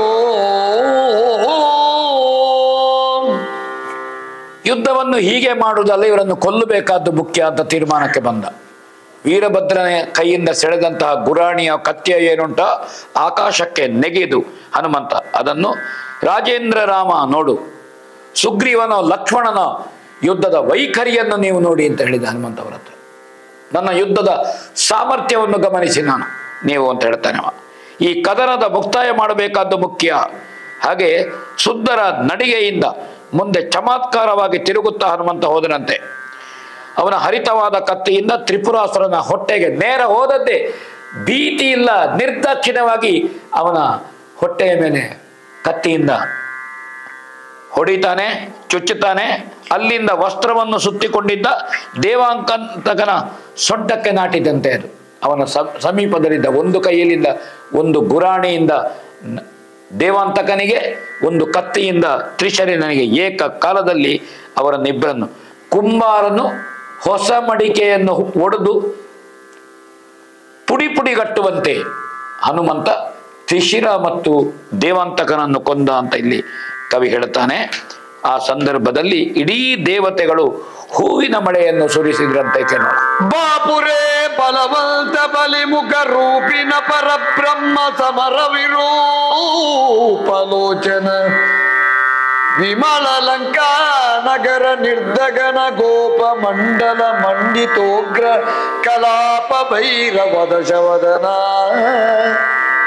ಗರ್ವಾಪಾರ ಜಯ ಜಯವೆನುತ ಕೊಂಡಾಡಿತ ಮರಗಣವೋ ಓ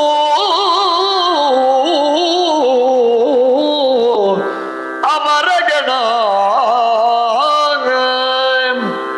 ಹಾಗೆ ಆ ದಿವಸ ಅಂಗದನಿಂದ ನರಾಂತಕ, ಹನುಮಂತನಿಂದ ದೇವಾಂತಕ ತ್ರಿಶಿರರು ಸಾಯ್ತಾರೆ. ದೇವತೆಗಳು ಸಂತೋಷದಿಂದ ಆಂಜನೇಯನ ಮೇಲೆ ಪುಷ್ಪವೃಷ್ಟಿಯನ್ನು ಮಾಡಿದರಂತೆ. ವಾನರ ರೂಪಿ ಎರಡನೇ ಬ್ರಹ್ಮ ನೀನು, ಮುಂದಿನ ಕಲ್ಪಕ್ಕೆ ನಿನಗೆ ಬ್ರಹ್ಮಪಟ್ಟ ಉಂಟು. ಕದನ ಮುಕ್ಕಣ್ಣ ನೀನು, ಲಂಕಾನಗರವನ್ನು ಭಸ್ಮ ಮಾಡಿದವನಲ್ವೇ ನೀನು. ಸೂರ್ಯ ವಂಶ ಮಂಡಲಾಲಂಕೃತ ಉಗ್ರ ಭೈರವನಲ್ವೇ ನೀನು. ದಶಾನನ ಗರ್ವಾಪಹಾರ ಮಾಡಿದವನಲ್ವೇ ಅಂತ ಹನುಮಂತನನ್ನು ದೇವತೆಗಳು ಕೊಂಡಾಡಿದರಂತೆ ರಾಮ ಸೇವಕನ ಕುರಿತಾಗಿ. ಮಾತ್ರ ಅಲ್ಲ, ಹನುಮಂತ ತಕ್ಷಣ ನಿಮ್ಮ ಹೊಗಳಿಕೆಲ್ಲ ನನಗೆ ಬೇಡ, ನನಗಿದಕ್ಕೆ ನೆರವು ಕೊಟ್ಟಂತಹ ವೀರಭದ್ರ ಸ್ವಾಮಿ ಇಲ್ಲುವಂತ ಆಕಾಶಕ್ಕೆ ನೆಗೆದು ಕತ್ತಿ ಮತ್ತು ಗುರಾಣಿಯನ್ನು ವೀರಭದ್ರನಿಗೆ ಹಸ್ತಾಂತರಿಸಿ ಕೈ ಮುಗಿದು ಆಶೀರ್ವಾದ ಪಡ್ಕೊಂಡು ಹನುಮಂತ ಬರ್ತಾನಂತೆ. ಹಾಗೆ ಎಲ್ಲರೂ ತೊರೆಯ ನರಹರಿಯ ಅವತಾರಿಯಾದಂಥ ಶ್ರೀರಾಮನ ಜಯ ಅಂತ ಎಲ್ಲರೂ ಹೇಳಿದ್ರಂತೆ. ಇದು ನಮ್ಮ ಜಯ ಅಲ್ಲ, ಭಗವಂತನ ಜಯ. ಈ ಸಂಚಿಕೆಗೆ 74ನೇ ಸಂಚಿಕೆಗೆ ಮಂಗಲವನ್ನು ಹೇಳೋಣ. ರಾಮಾಯ ರಾಮಭದ್ರಾಯ ರಾಮಚಂದ್ರಾಯ ವೇದಸಿ ರಘುನಾಥಾಯ ನಾಥಾಯ ಸೀತಾಯ ಪತಯೇ ನಮಃ. ರಘುರಾಮಾಯ